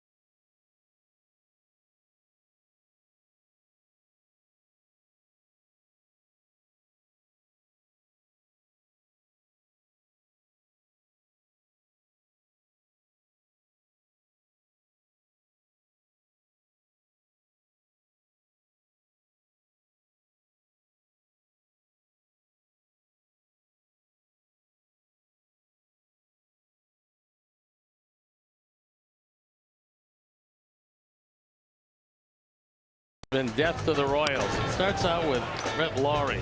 This base hit in the 2nd, and then get another base hit, and the first run scores off the bat of Avisail Garcia. Then a 3-run homer by Tyler Saladino. It's now a 4-run lead, and Avi with a 2-run homer. So the bottom part of the order has had 6 hits, 2 home runs. They've scored 6 runs, and how often do you see it, the bottom part of the order due up? So here's Avi.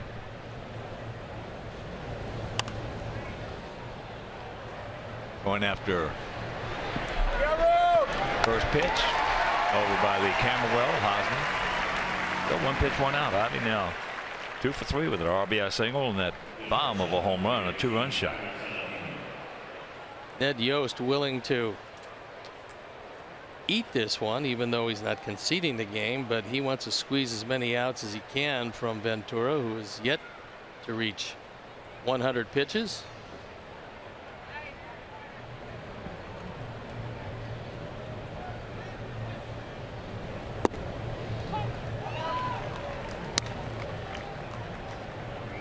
Tyler, big 3-run homer. Got a cookie, a hanger from Ventura, and did not miss it.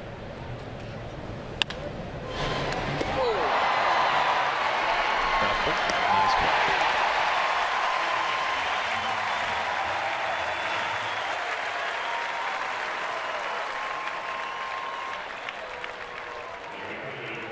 Our Mazda replay is some fine defense at third base. As Cuthbert dives toward the line, plenty of time, but that strong arm to get it across and get him.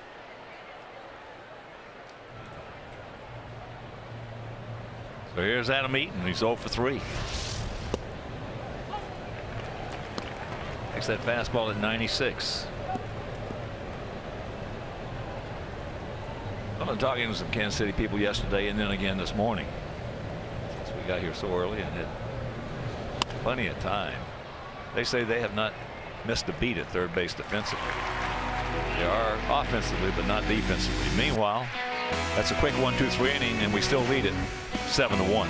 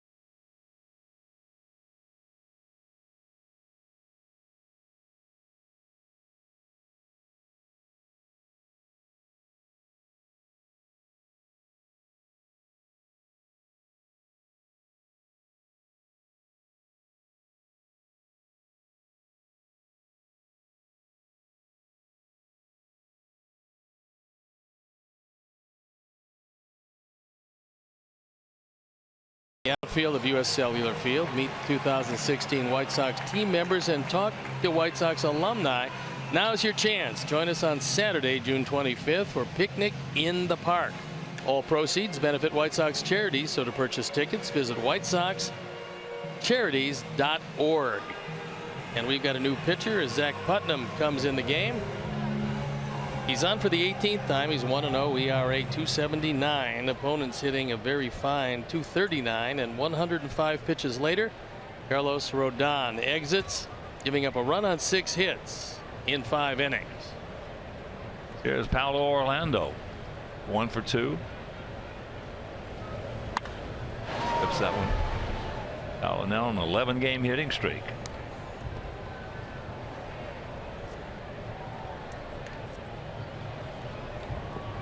His line drive that ended the 3rd inning was a rocket that carried out to Eaton, so he's hitting everything on the screws these days.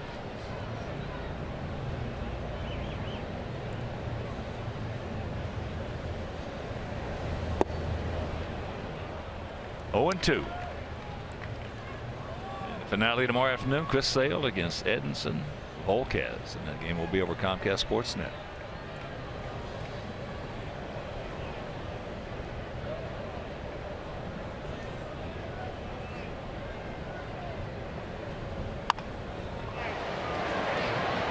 Got him.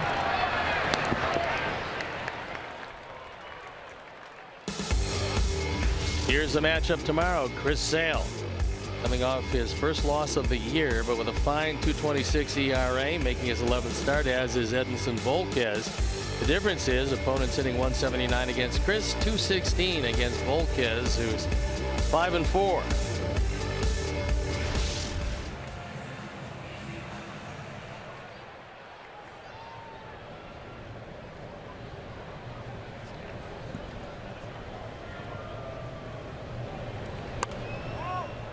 Gaspard. Sessler going out deep to right and grounded to short. Sox trying to put an end to that 4-game losing streak. To date, it's the longest streak in the American League. Well, that's what days pass and tomorrow are good for. It's like a bank.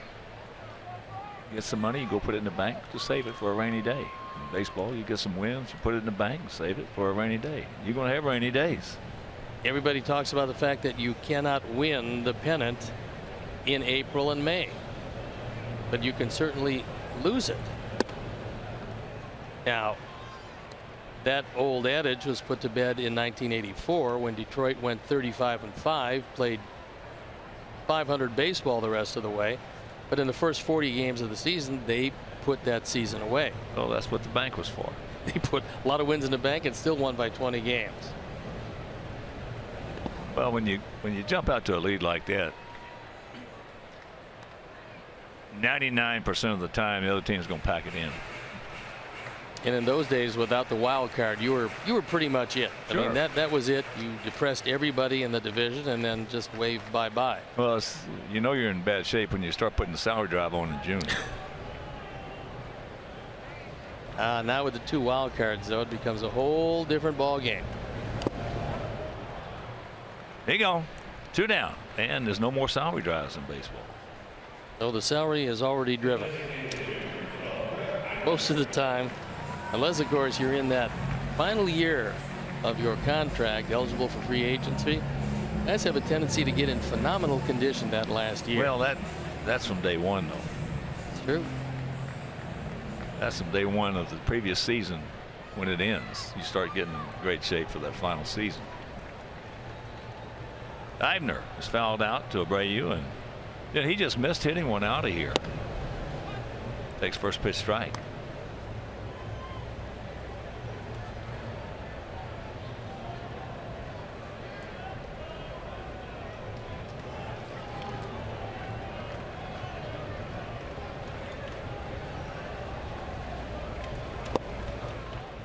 And the count 0-2.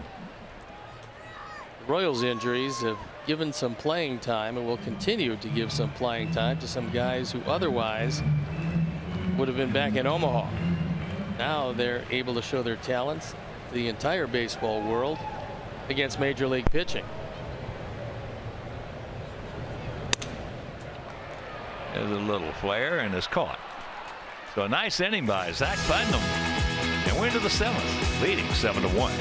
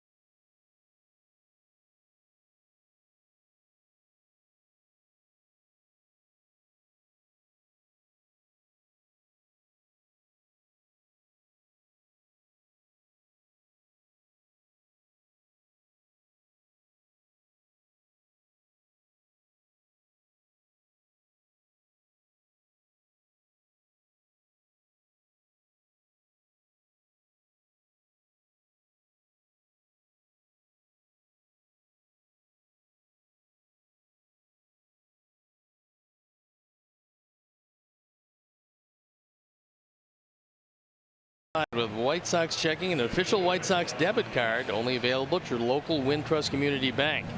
Go to wintrust.com/White Sox to learn more. Wintrust Community Bank, member FDIC. And our half, the top of the 7th inning.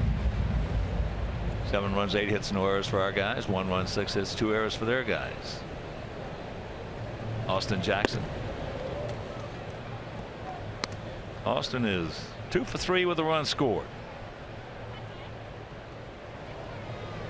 4 for 7 in the series. Outfield well around to the right. Huge gap in left center.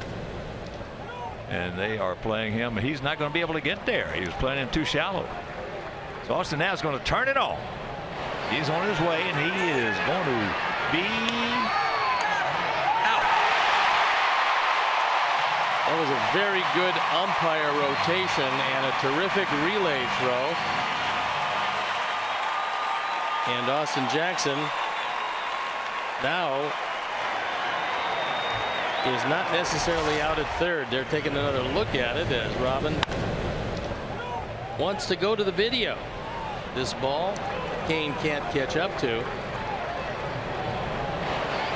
Relay throw and then a good solid relay throw to third, and on the rotation Will Little, who goes down there to make the call, says they got him and his feet didn't hit the bag. The question is, did the left hand get the bag for the tag? And looked like it got him right in the belt. Yep, he's out.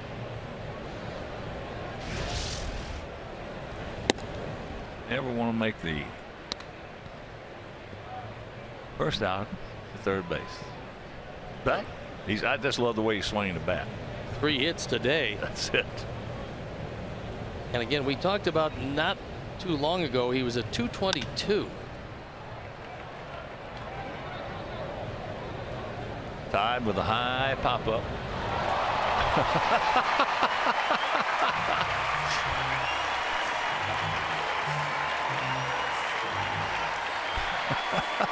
That's kind of an interesting play as Escobar comes right over in front of Infante, pretty much saying, well, I'll tell you what, let the Sherman take it. Well, I don't know if Infante ever saw it. No, he didn't. He looked up and he just goes, I can't see it. So Escobar comes over, bails out his second baseman.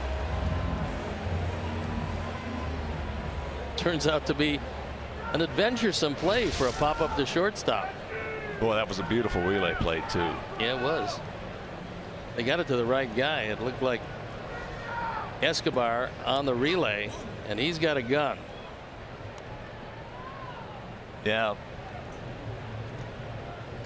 Beautiful replay. That's a beautiful play in baseball.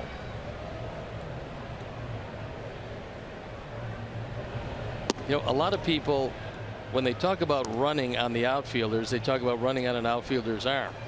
But if you're going for extra bases, many times you're running on the relay man's arm. And in this case, the relay man has the strongest arm in the infield. Well, yeah, and there are exceptions too to that. Is that when you get guys, let's take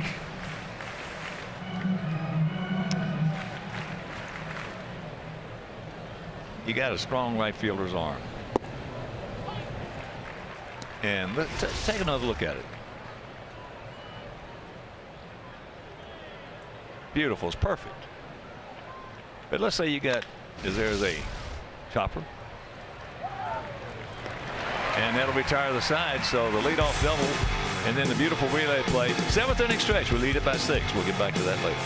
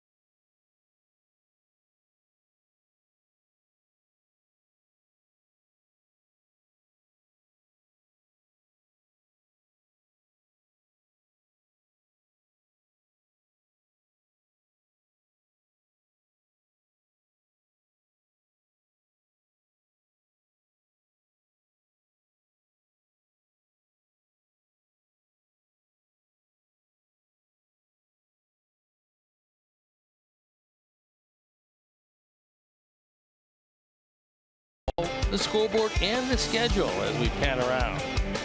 Toronto has fought their way back in to tie Boston, and then a whole lot of action under the lights tonight. But you know, getting back to the relay play, let's take a guy like Ichiro Suzuki in right field, and he has such a strong and accurate arm, one of the best right field arms you'll ever see. And what happens in a case like that? Let's say the ball's sitting down into the corner, and the guy's going to try to go to third, or he's going to try to score if it's way back up there. What the cutoff man does is he doesn't have to go way out in the outfield because of Ichiro's strength and his accuracy. He can stand almost on the dirt. Ichiro's going to hit him, and all he's got a short throw. But now other guys who don't have that kind of arm, they got to go way out in the outfield, so that cuts down their velocity.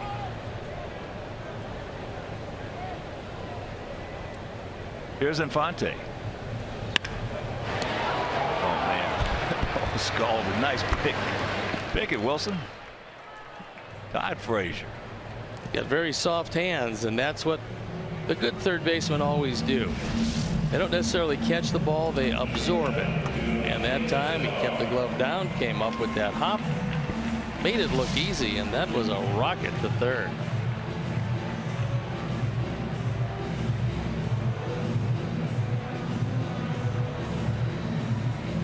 Last guy we had at third base could play like that was Joe Crede. How long was it into Joe's career where the back problems started to really flare up and affect his play? The year before he retired.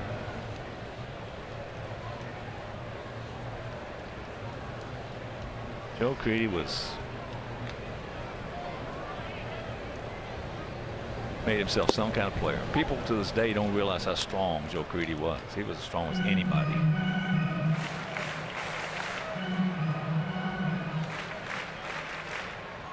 And as a rule, as usual, with great third basemen, like he became a great third baseman. I know Eric Chavez was really a good third baseman as well, but Eric primarily won the Golden Gloves on his offense. Because nobody in the American League was better than Joe Crede at third base.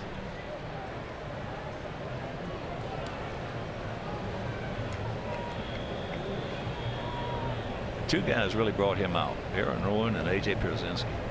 That was one of the huge reasons that 05 was a world championship season for our guys. Just turned everything around. They brought Joe out of his shell because Joe was a very, very introverted guy. He'd come in there, go to the food room, take his crossword puzzle before a game, sit there, wouldn't talk to anybody, do his crossword puzzle, get dressed, go out, take BP, get dressed, play the game, and then go home. And AJ and Aaron said, that's not going to work anymore. He gone.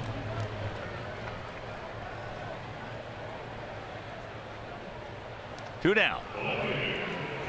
They used to get on him so bad, and all of a sudden Joe started smiling. He started laughing. And he started having a good time. And he started getting pick base hits with some home runs. He became Adrian Beltre. No. No, that's not that happy. That's a good call. Didn't become that happy, huh? I don't think we've ever seen another Adrian Beltre. The way he is, the way he loves to play, and the fun he has. My two favorite corners, of course, to watch play are Miguel Cabrera. And did you see Cabrera the other day after the guy struck him out? When Miguel gave him a thumbs up. Yeah, on a good pitch.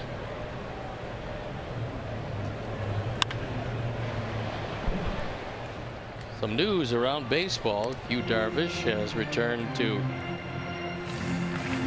the Texas rotation. Very rarely you see one guy with a 20-game hitting streak, but Jackie Bradley Jr. got to 29 for Boston. Xander Bogaerts today extended his hitting streak to 21. Two guys with hitting streaks over 20 games, which is somewhat astounding. And we will see, heading to New York, the Mets just acquired James Loney from San Diego. There's a chance we will see him as they look to try to replace Lucas Duda and some of his offense. Troy Tulowitzki of Toronto went on the disabled list. He's been healthy with Toronto, but has a history of lack of health. 2-2. Xander Bogaerts is just a ton of talent. Well, they've got some excellent young players. Betts. Oh, yeah. A couple of veterans mixed in. Pedroia, Big Poppy. Oh, the face of that guy. That team is Big Poppy. Saladino on a tough hop makes it easy. And that'll retire the side. We're into the 8th, leading by 6.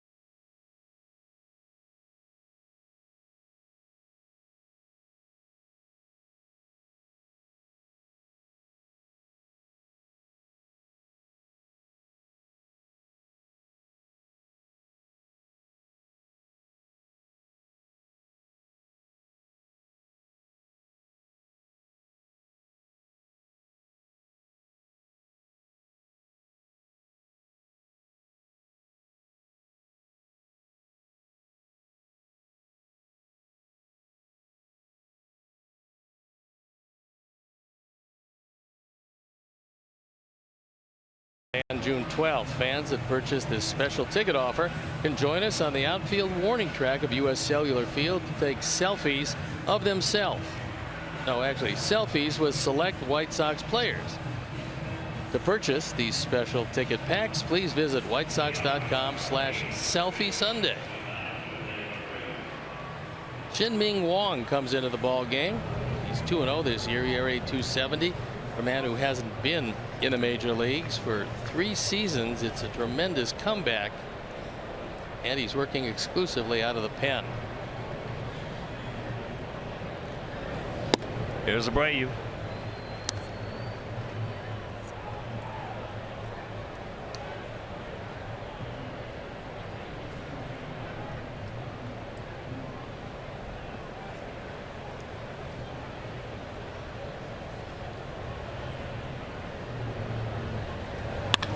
There's a bullet. Beautiful play by Cuthbert. High throw, but you got a big first baseman over there. And we were talking about Joe Crede. For you youngsters who did not get a chance to see Joe Crede play, here's flashbacks. Mike Crede dug up for you for postseason. What some of the plays that he made. He was good. Real good.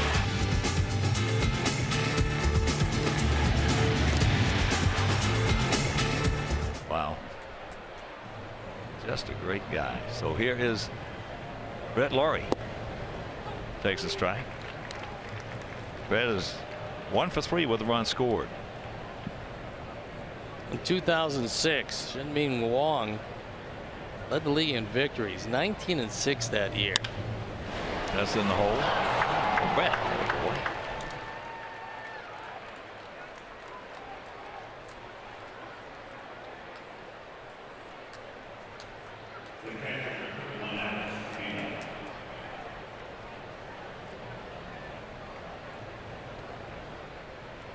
And here's Alex.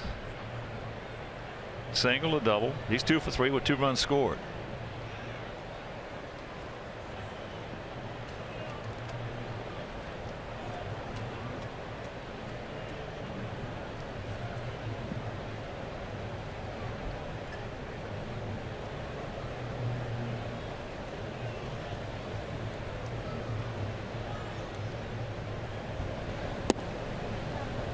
Yeah, there were some people that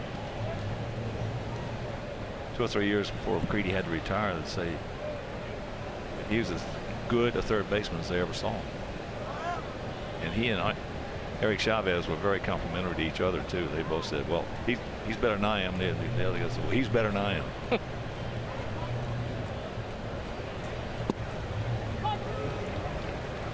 There's a strike. At the bottom of the zone. 7-10-0 for us. 1-6-2 for them. 2 home runs in the ball game. 3-run blast by Tyler Saladino in the second inning, and a 2-run bomb. Ivy Garcia in the fourth.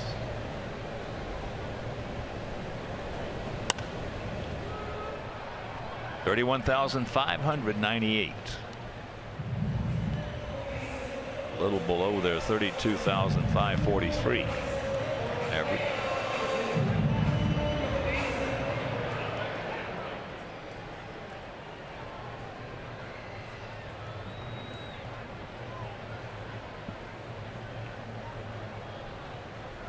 All right, decent lead.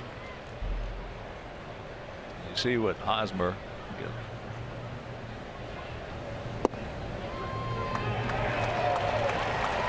As he gets Alex, who did not like the call, but it did have the corner. But watch Hosmer when he's holding on Brett Laurie.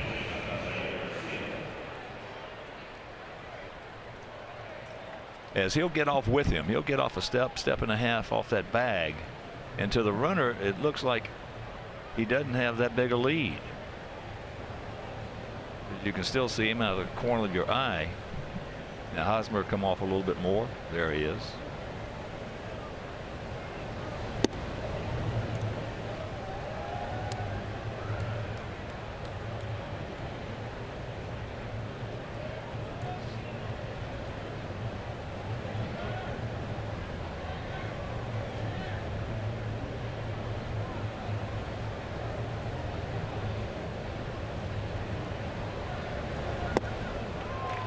And here's what he did back in the fourth inning. They measured it at 428 feet, and it was just a bullet. This is a line drive.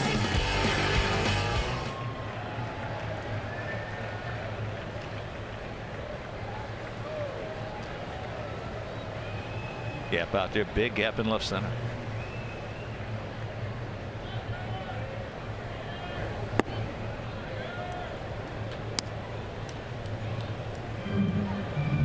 Wong was at the top of his game with the New York Yankees, one of their top starters. He threw unbelievable sinkers. Very difficult to hit the ball in the air very often against him.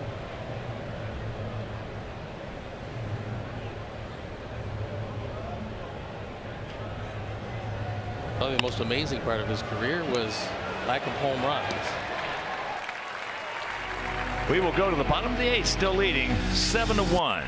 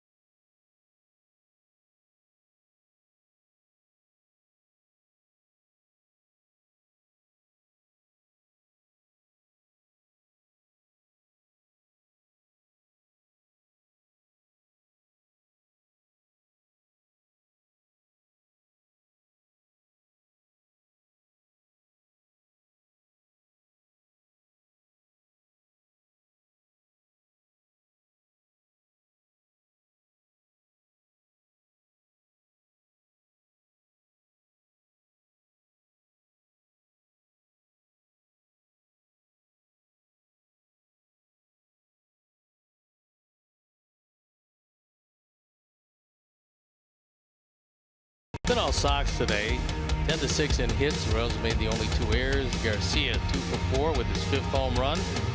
Saladino a 3-run homer, capping a 4-run second.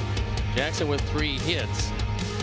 At his low point, he was hitting .218. He's hitting .259 now, and Carlos Rodon qualifying for the win with 5 innings, 1 earned run. That's brought to you by Honda. Start something special with a great deal on a Honda now at your Honda dealer.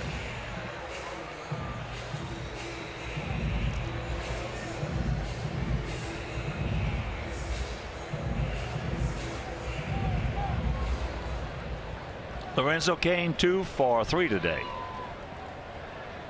Sox lead at 7-1. They scored 4 in the second, 2 in the fourth, 1 in the fifth. First pitch strike.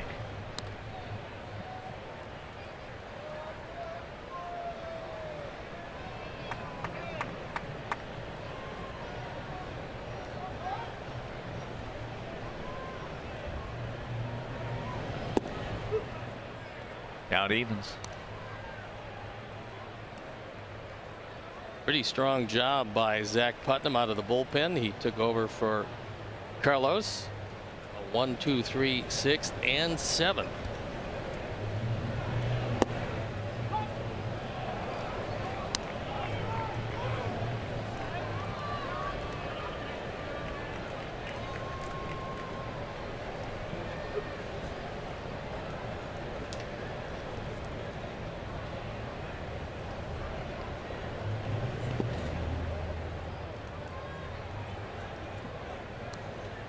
Two and 2 to the 30-year-old center fielder. Like what Lorenzo Cain did from a hitting standpoint. That ball was in the dirt. Didn't even give it to Avila or show it to Will Little. Just threw it out of play. He does not want to scuff baseball in the hands of Zach Putnam. That ball into right field. And that is out number 1.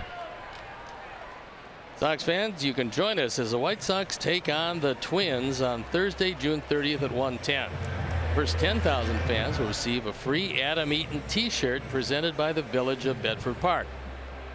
Bring your business home to Bedford Park and win big. Purchase your tickets today by visiting whitesox.com or calling 866-SOX-GAME. Great job by Zach Putnam. Retired all 7 he saw. As Duke comes in, and we'll be back.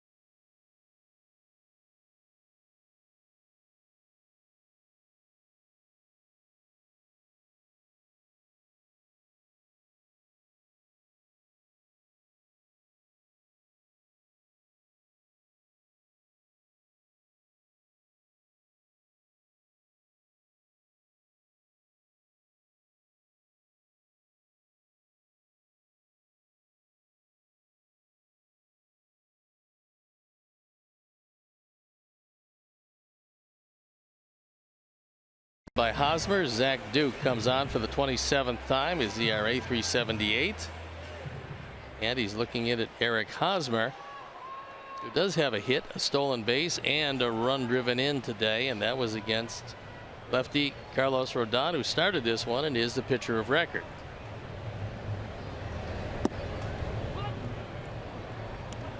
Zach Putnam, nice job out of the pen, keeping the guys that Robin will have to turn to in that pen to a minimum, retiring all 7.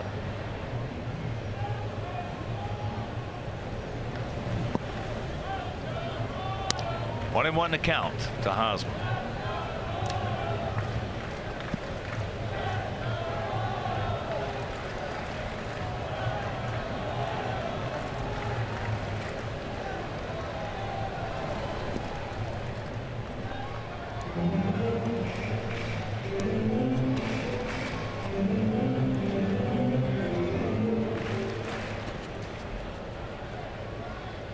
Sox bullpen up and going.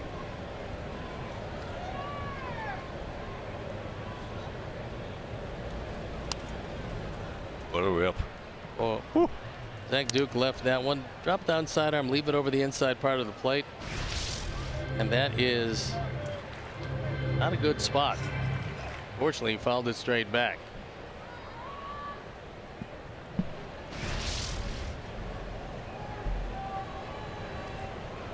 2-2 pitch.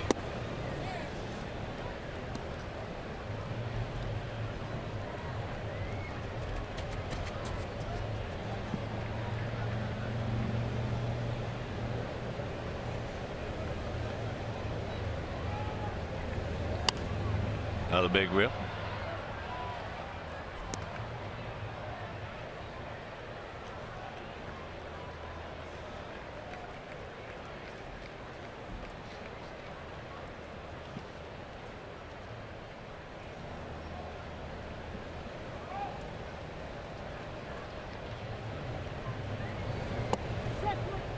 Got him. Dropped down. And Zach caught a big break right there. Dropped down and got a break on the call from Will Little. But he'll take it. Take a look where 7 appears on our Xfinity Pitch Tracks. And Alex Avila with a nice job of easing the ball back into the zone. You saw what he thought about it. And fortunately, Will Little really liked it.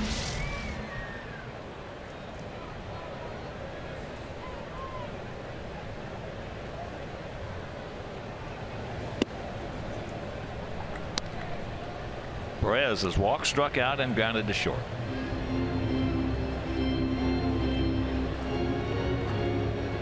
What a player. What a player. Salvador Perez.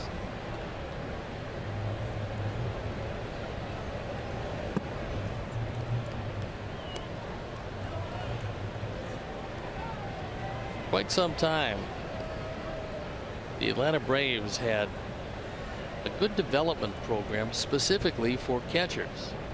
They had catching instructors up and down that system, particularly good in the high levels of the system, and they developed a few pretty good ones. Javier Lopez comes to mind. There's been some others. If you can develop good catchers, they're worth their weight in gold, especially if some of them can swing from the left side. Well, that certainly is the perfect world. But even that mantra, so to speak, of finding a left-handed hitting catcher is gone because they're just looking for somebody who is a good catcher and throw it. Now, yeah. That's right. Yeah. Pops him up. Brett is there. And that'll retire. So a nice inning right there for Putnam and Duke.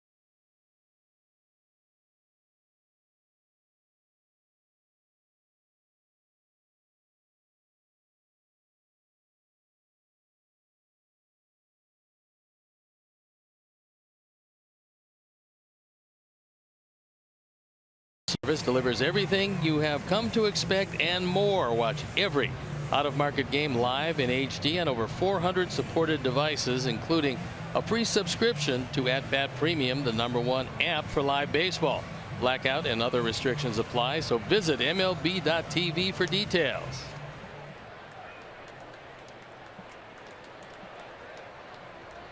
We're into the top of the 9th inning and lead it 7-1. Tyler's had the big hit of the ball game, 3-run homer in the 2nd inning off Yordano Ventura.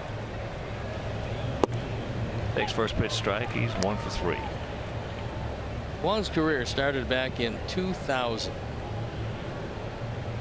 In all that time, he's only hit double figures in home runs thrown once in his career, and that's almost unbelievable. Take a look at it, and in 2006, where he threw 228 innings and gave up 12 home runs, that's the only time he was out of single digits in home runs surrendered. Foul back, and the count 0-2. Gives you an idea just how good he was before the injury. Well, the first time that I saw him against us with the Yankees, he looked almost unhittable. He had a heavy sinker and he threw it from on top, which is somewhat surprising. Well, that's yeah. why he looked almost unhittable. Is that's going to fall. Attaboy, Tyler. It's one of those Kansas City specials.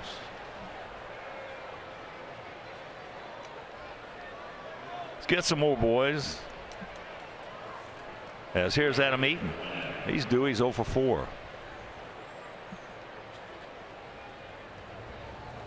Yeah, some of the shots that Jim Angio had of that sinker of his, just unhittable. I mean, you could hit it hard, but it's going to kill some worms right in front of home plate.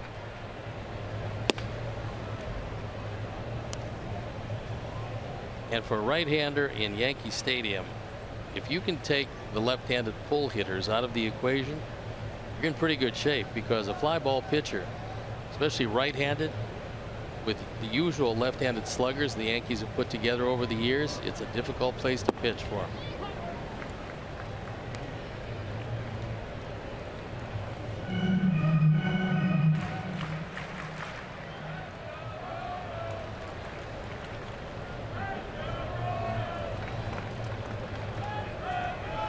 One and one to count.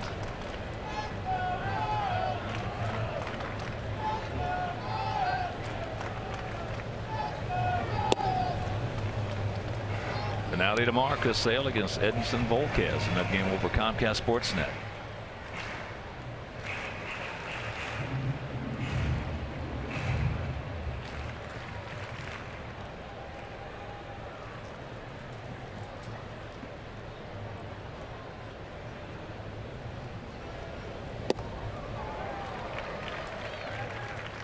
Count evens at 2.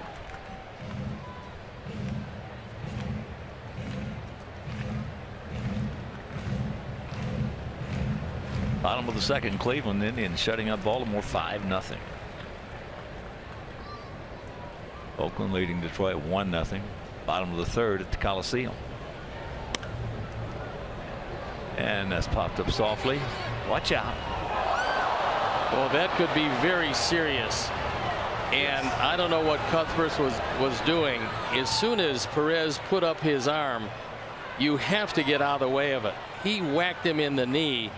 And if they lose this big guy, this could be disastrous, and he's in a lot of pain.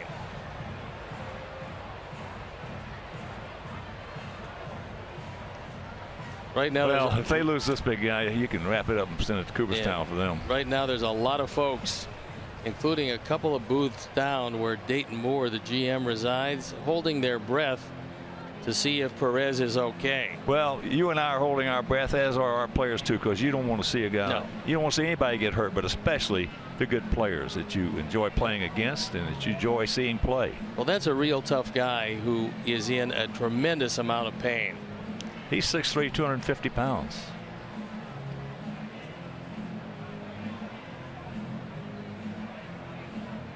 And look, it's a 7-1 game. I know normally it's a third baseman's play, but if he's looking at it, once Perez holds up his hand, you've got to give way.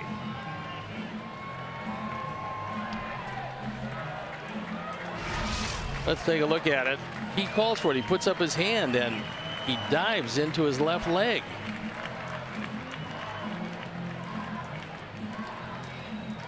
Well, again, you go back to the loss of Moustakas. Yep. That probably would not have happened had Moose been in there. They've been playing together too long.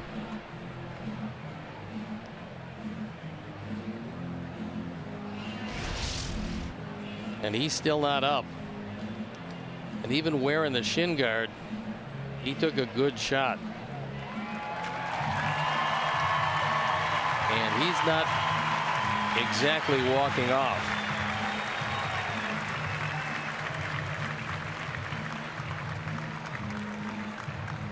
And for baseball fans, that's just a terrible sight.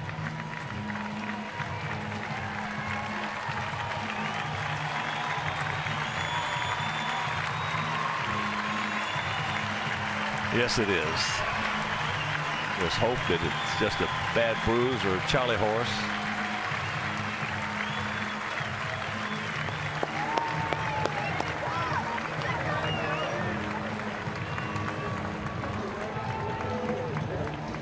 They're going to try to pick him up and take him down the stairs. Yeah, they're having trouble with the big man. They don't want to.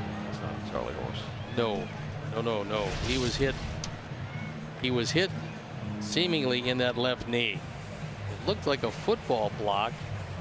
Now the forearm got him in the thigh, but you worry about the hyperextension of the knee.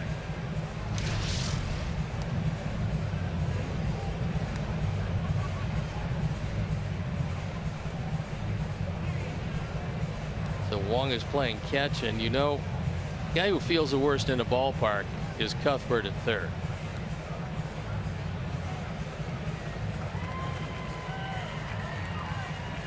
So Drew Butera will come on.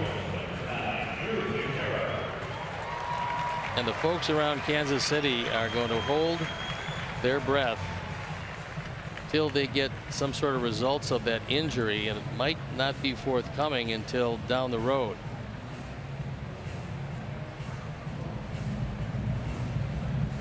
So one out. Saladino at first. And Austin Jackson will be the hitter.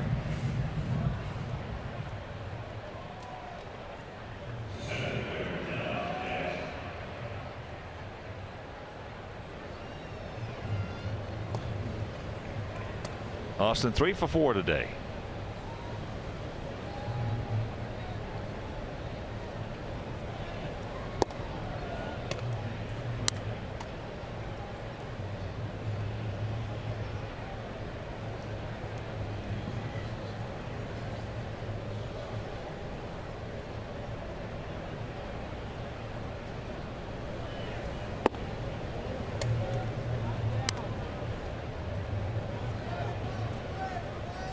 Two and 0 the count.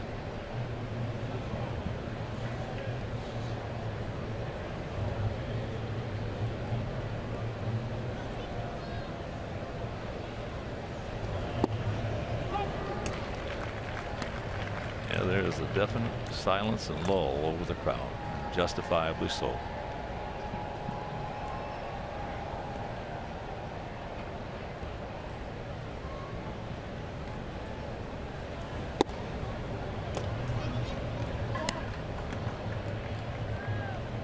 Three and one. Todd Frazier on deck.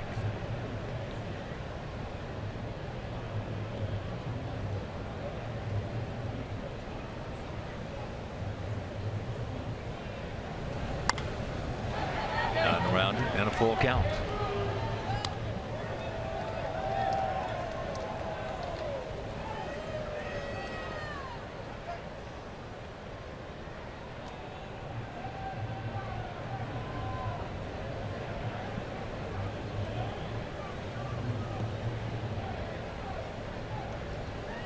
Gap out there in left center. That ball hit hard. McCain, well, he can go get it. Time now for our Xfinity Speed replay, and it came on the last at bat in the 7th inning. Austin Jackson taking this ball to right center. Nobody can get to it. But Kane gets it back in. And he hits Escobar, who turns around and fires to Cuthbert. Cut him down at third base. The Speed replay is brought to you by Xfinity. Xfinity X will change the way you experience TV. You saw right there that Escobar got in perfect position to take that throw from Kane to make the quick throw to third, which he did right on the money. There's a strike to tie. That is going out to center, fouled out to first, went out deep to left, and a high pop up that Escobar caught right in front of the second baseman, Omar Infante. David Robertson, who does indeed need an inning of work, loosening up.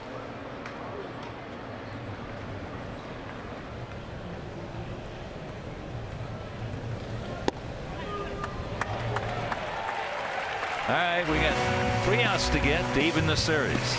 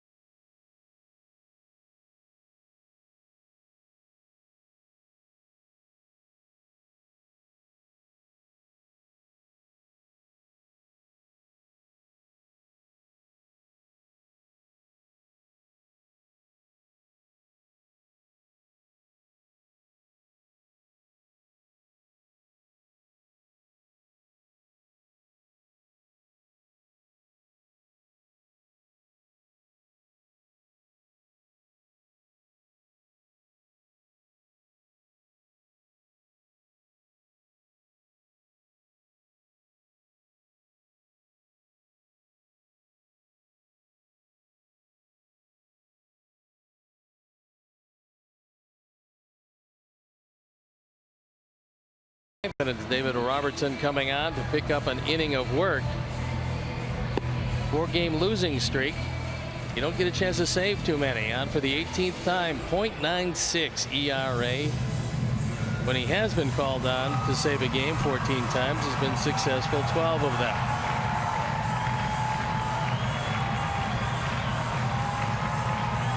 It'll be Orlando, Cuthbert, and Eibner, the scheduled hitters for the Royals here in their half of the 9th inning. 7-11-0 for our guys. We have stranded 5. 1-6-2 for their guys. They have stranded 7.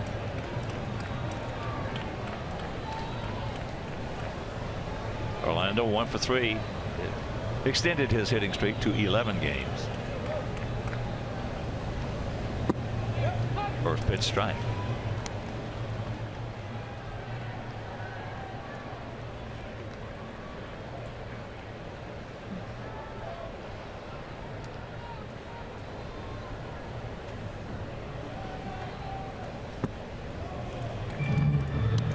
Count evens at 1.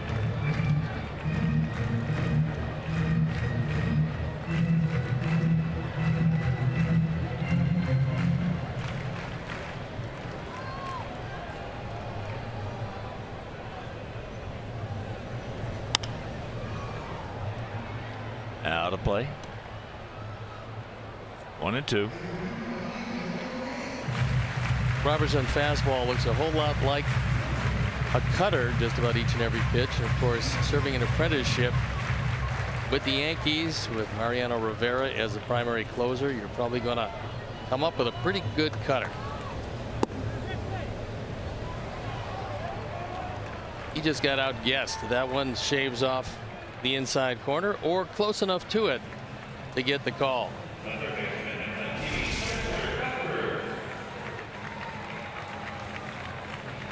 Nice job of framing it by Alex Avila as he pulls it back a bit. And there's one out.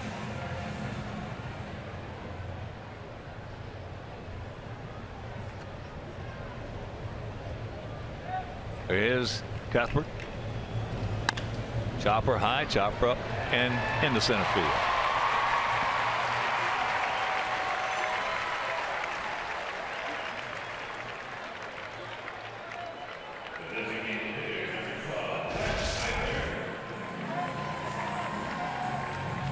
He beat it right into the ground, and it's pretty hard in front of home plate.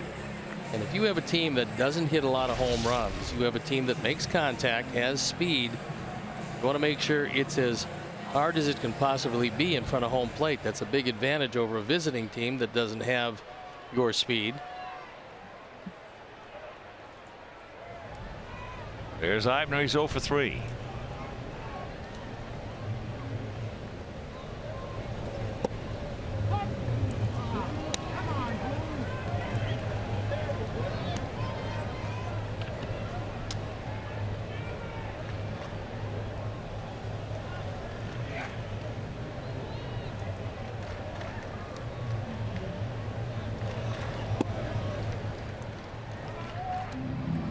One on, one out, 1 ball, 1 strike.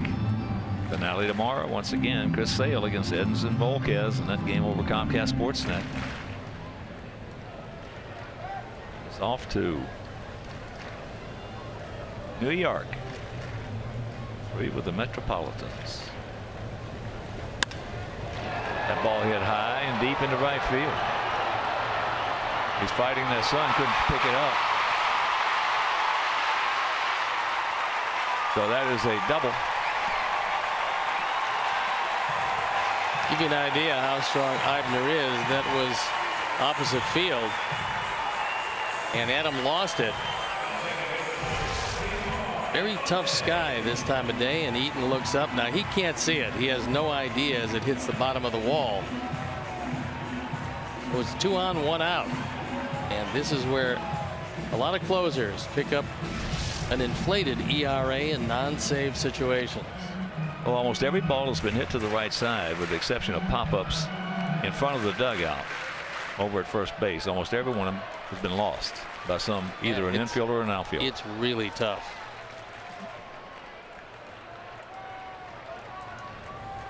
So here's Infante. His walk going out to center. And then he hit a rocket down to third base that Todd Frazier made it look very easy.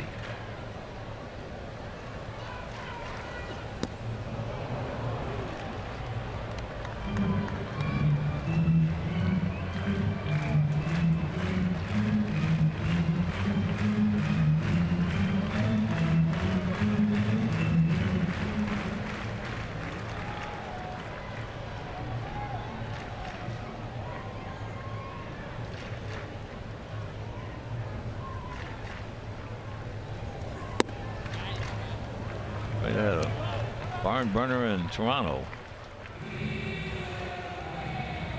Boston was leading 8-4. Toronto scored 4 in the 8th, and Boston scored 1 in the 9th. Toronto came back with 2 in the 9th. 10-9 Blue Jays.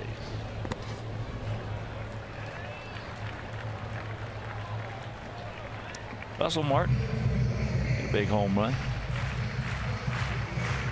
Boston came in with a game lead over Baltimore. Bogart's homer. Also Big Papi cranked out his 13th. He can't retire. He can't. Not off this kind of a year. No, he's got to keep playing. He's got to he means too much to that ball club, which in turn means too much to the American League. With Cleveland winning 6-0, looks like Boston will hold their lead over Baltimore. And the Indians, assuming that both games ended the same, will stay half game back.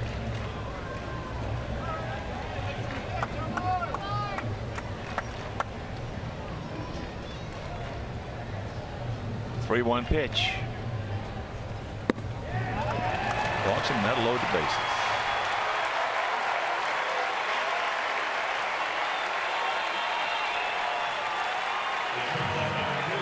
This is, Steve touched on it earlier. This is when closers coming in just to get an inning of work. I don't know what the percentage is, but it seems like it's probably at least 50% of the time, maybe a little higher, that they give up some runs. And it just goes to show you how much that adrenaline is. You can't simulate that rush of going in to try to nail down a save. And when a guy doesn't get a lot of work and he's your closer, you worry about control, because that's really the first thing that goes. So here's Escobar. He's 1 for 4.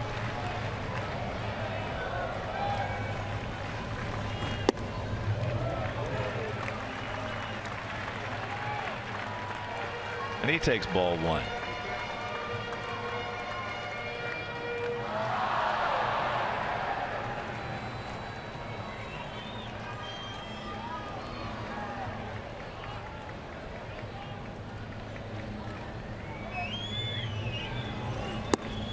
Helps him out big time. Count evens at 1. This ball way off the corner. And Escobar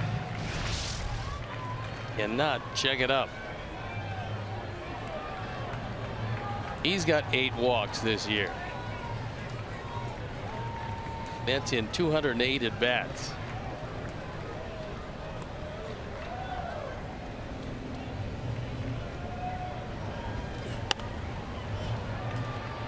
Oh, he had a cookie right there and missed it.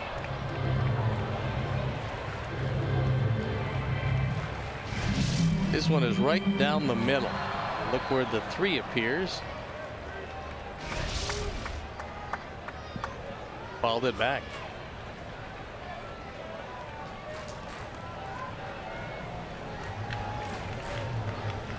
Merrifield on deck. And it's low.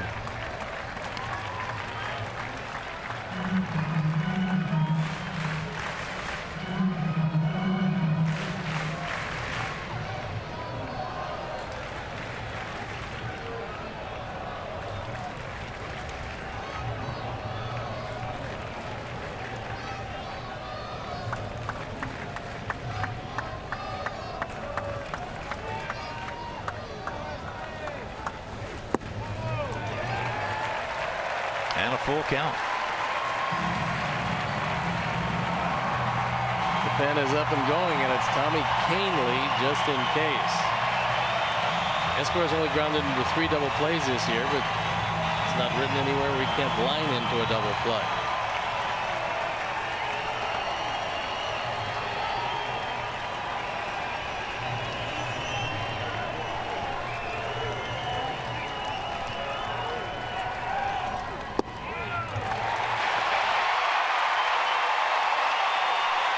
And it is 7-2.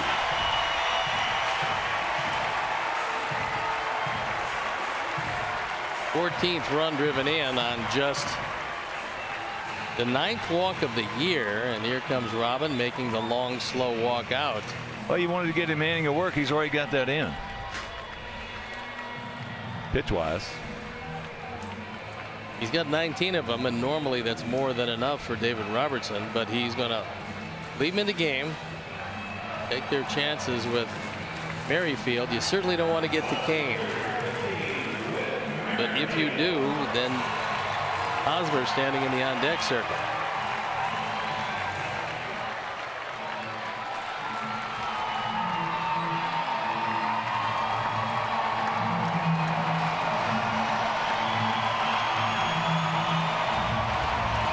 gap out there in left center. Sox back with Royals, 1 down here in the bottom of the 9th. And our Sox, if you're just tuning in, leading 7-2.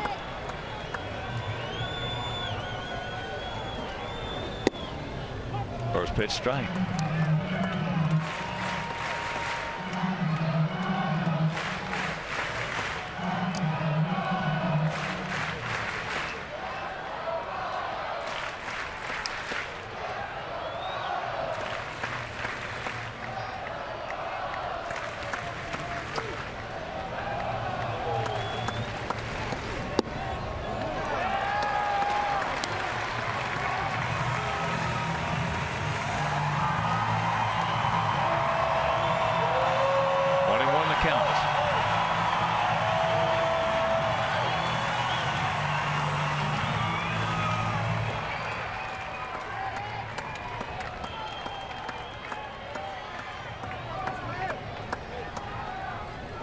Big pitch right here. And it goes Merrifield's way.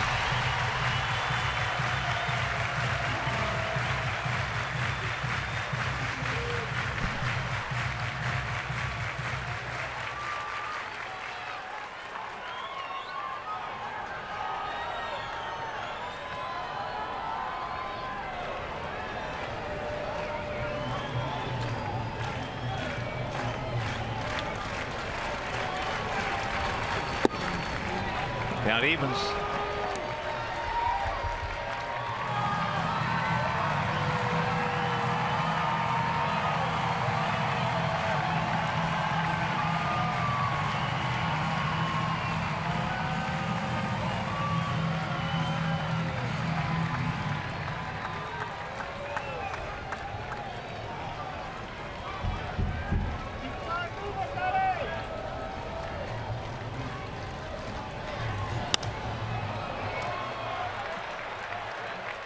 Had a good pitch to hit right there and shoves it to the right.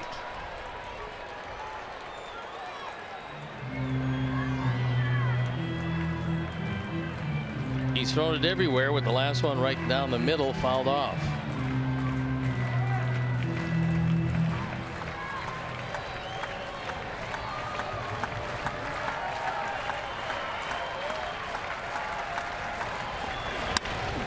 Knocks it down.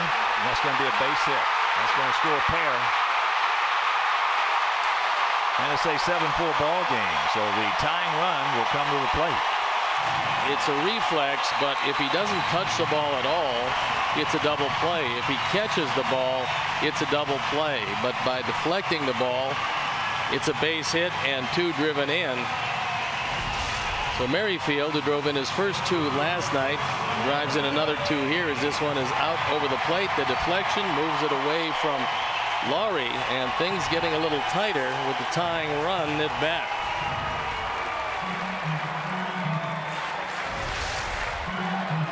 Kane is 2 for 4 in this game.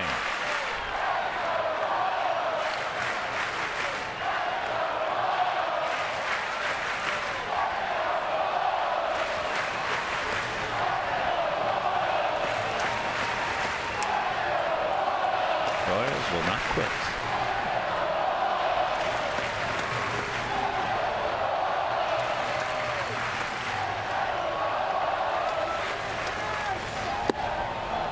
First pitch strike.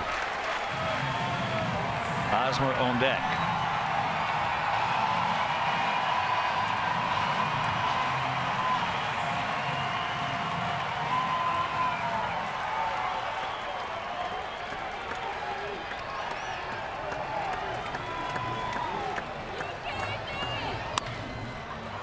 All right.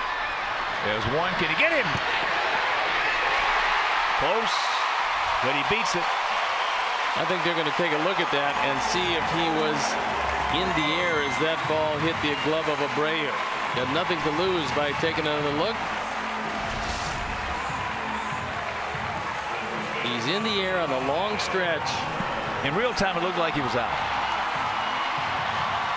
I'm not sure they're going to appeal that. No, I'm just saying from my angle where we were.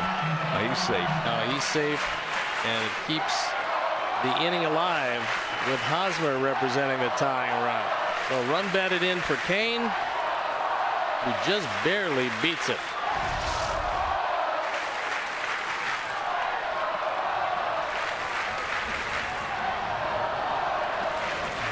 So a 7-5 lead.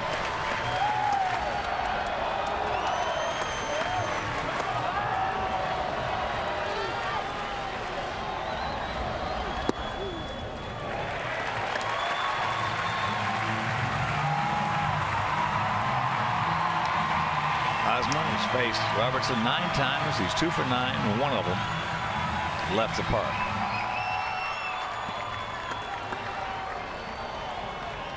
Outfield and no double set. Very deep, straight up, and spread out.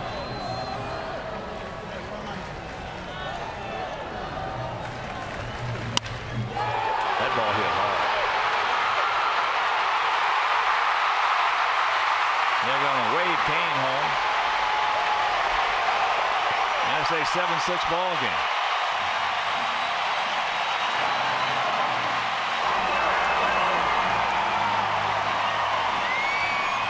Second run driven in by Hosmer. He's got 29 this year. And here comes Robin. That's going to be it for David Robertson with a tying run at second base. This one almost split the gap. The outfield was back far enough. And so what normally would be the spot occupied by Salvador Perez is now occupied by Drew Butera, unless we see a pinch hitter. So Kane Lee running in. We'll step out. Be back after these messages.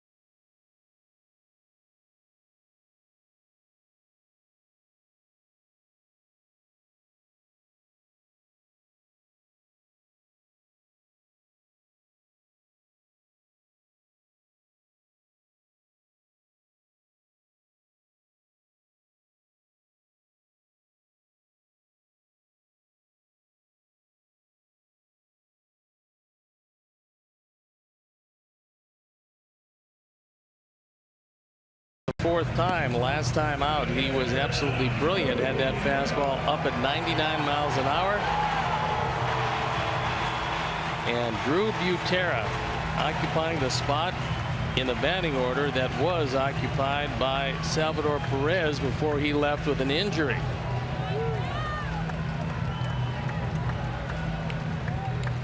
So apparently without an emergency catcher, with just two of them, Kendrys Morales is not an option.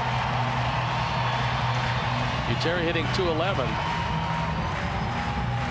with a couple driven in. Well, Joe Buck said it. I don't believe what I'm seeing.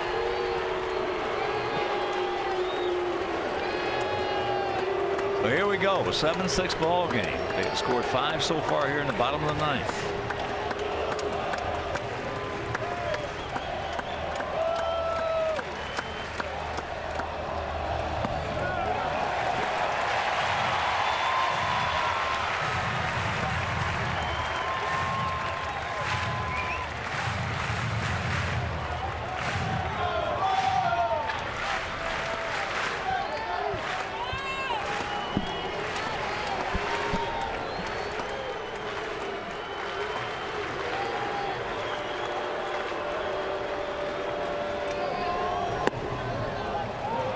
2-1 to count.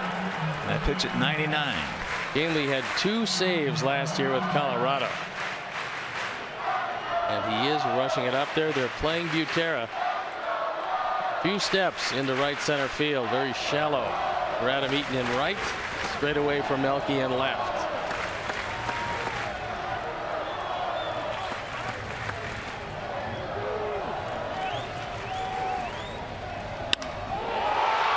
That ball hit deep in the left center, and this ball game is tied.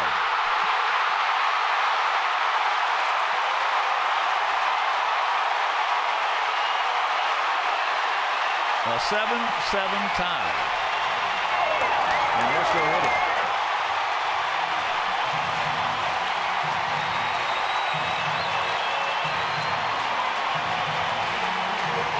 Butera drives in his 3rd run of the year in an unbelievable 9th inning.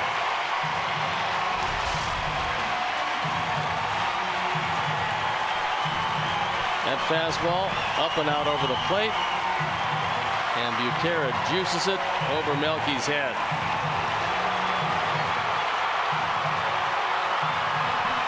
They're putting Orlando on base and taking their chances with Cuthbert.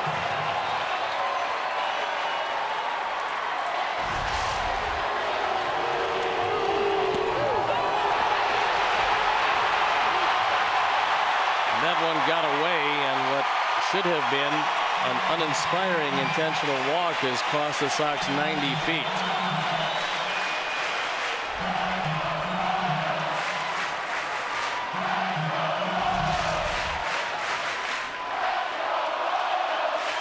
It's a good thing that one was high, because it otherwise is right down the middle, so it goes as a wild pitch.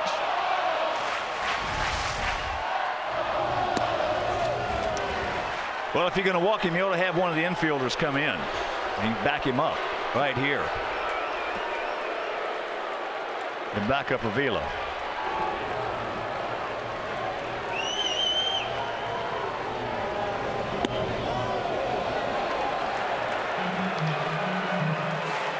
He's come awfully close to the outside corner with 2 of those pitches.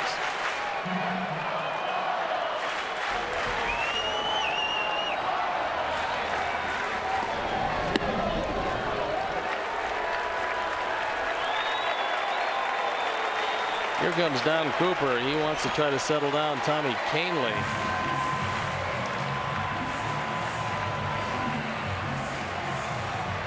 And Gerard Dyson is going to come on to pinch hit for Cuthbert.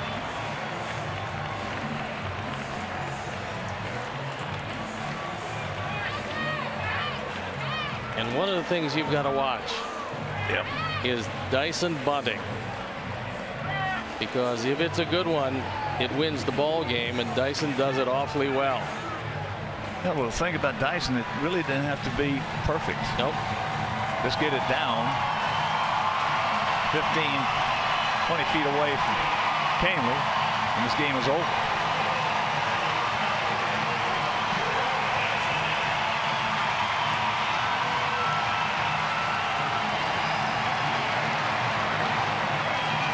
Got Jennings down there in the bullpen.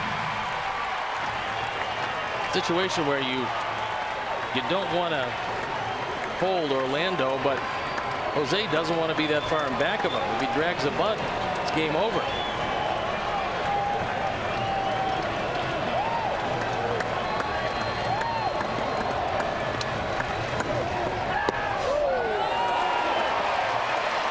Good play right there by Avila.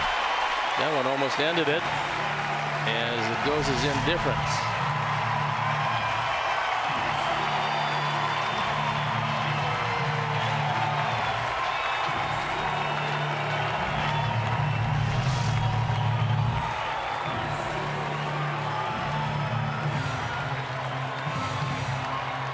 This is almost unbelievable. Getting pretty close to it.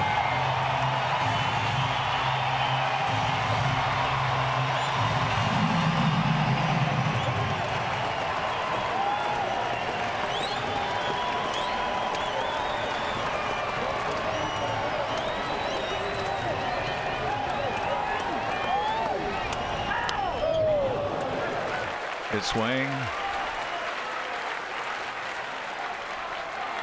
That one at 98.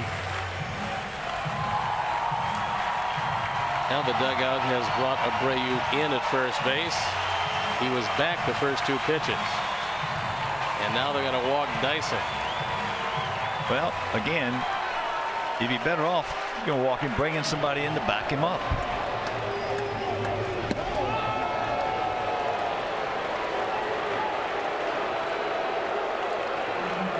I'm not sure if the rule has changed, but I don't think you can bring in a guy in foul territory.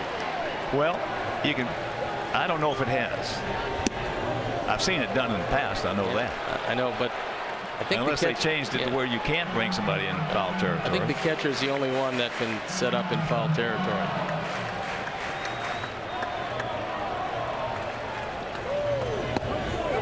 And Kahnle having some trouble with his intentional walks as Avila is hopping all over the place to make sure he catches them. So no margin for error. Well, you just bring the walk back into play.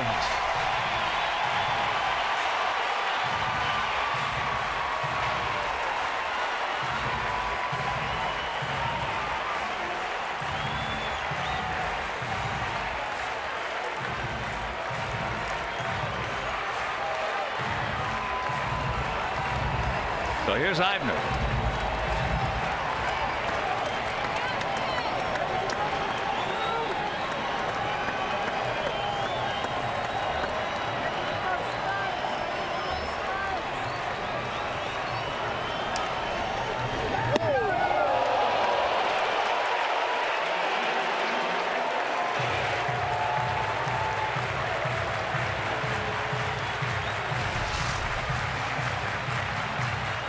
That breaking ball spinning out of Tommy's hands.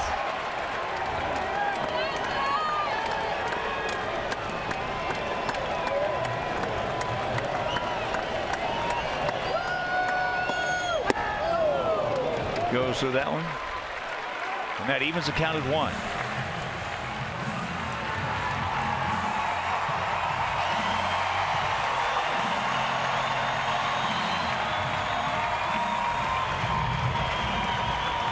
Eibner doubled earlier this inning.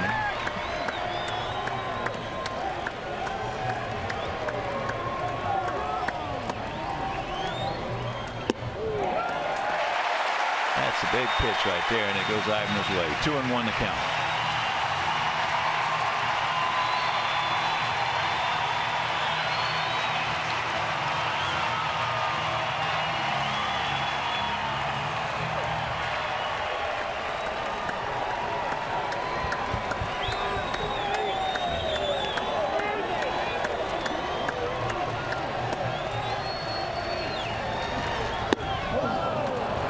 Gets back even.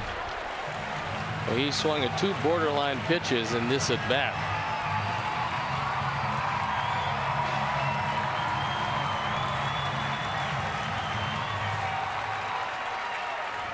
Take him right here. You don't want to go full.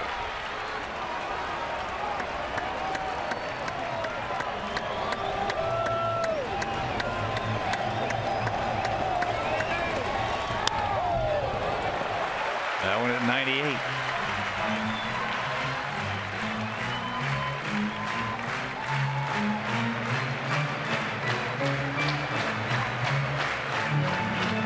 Bases loaded, 2 balls, 2 strikes, 2 out. That is the Eibner family. And a whole lot of people in the stadium join them on their feet.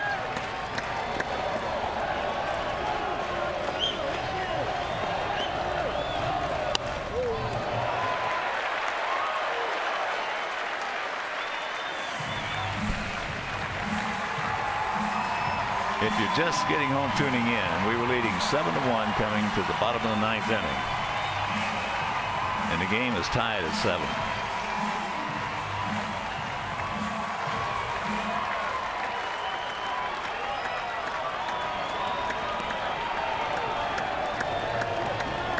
Right here.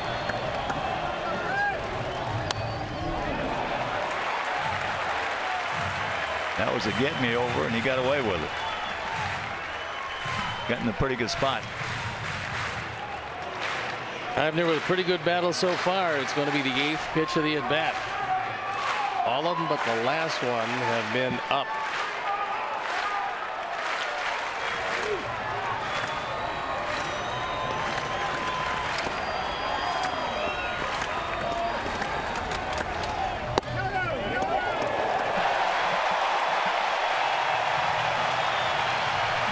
Full count. And that pitch had the corner.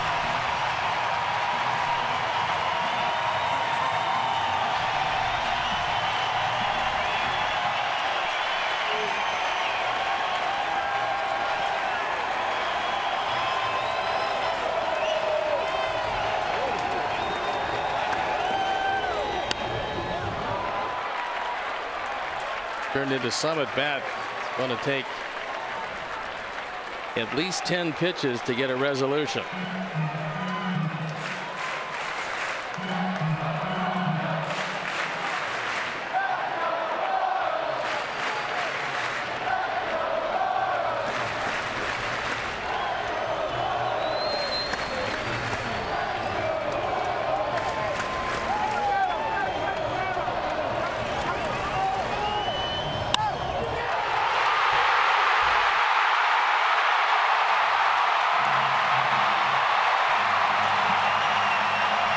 If you've been watching, you saw it just like we did.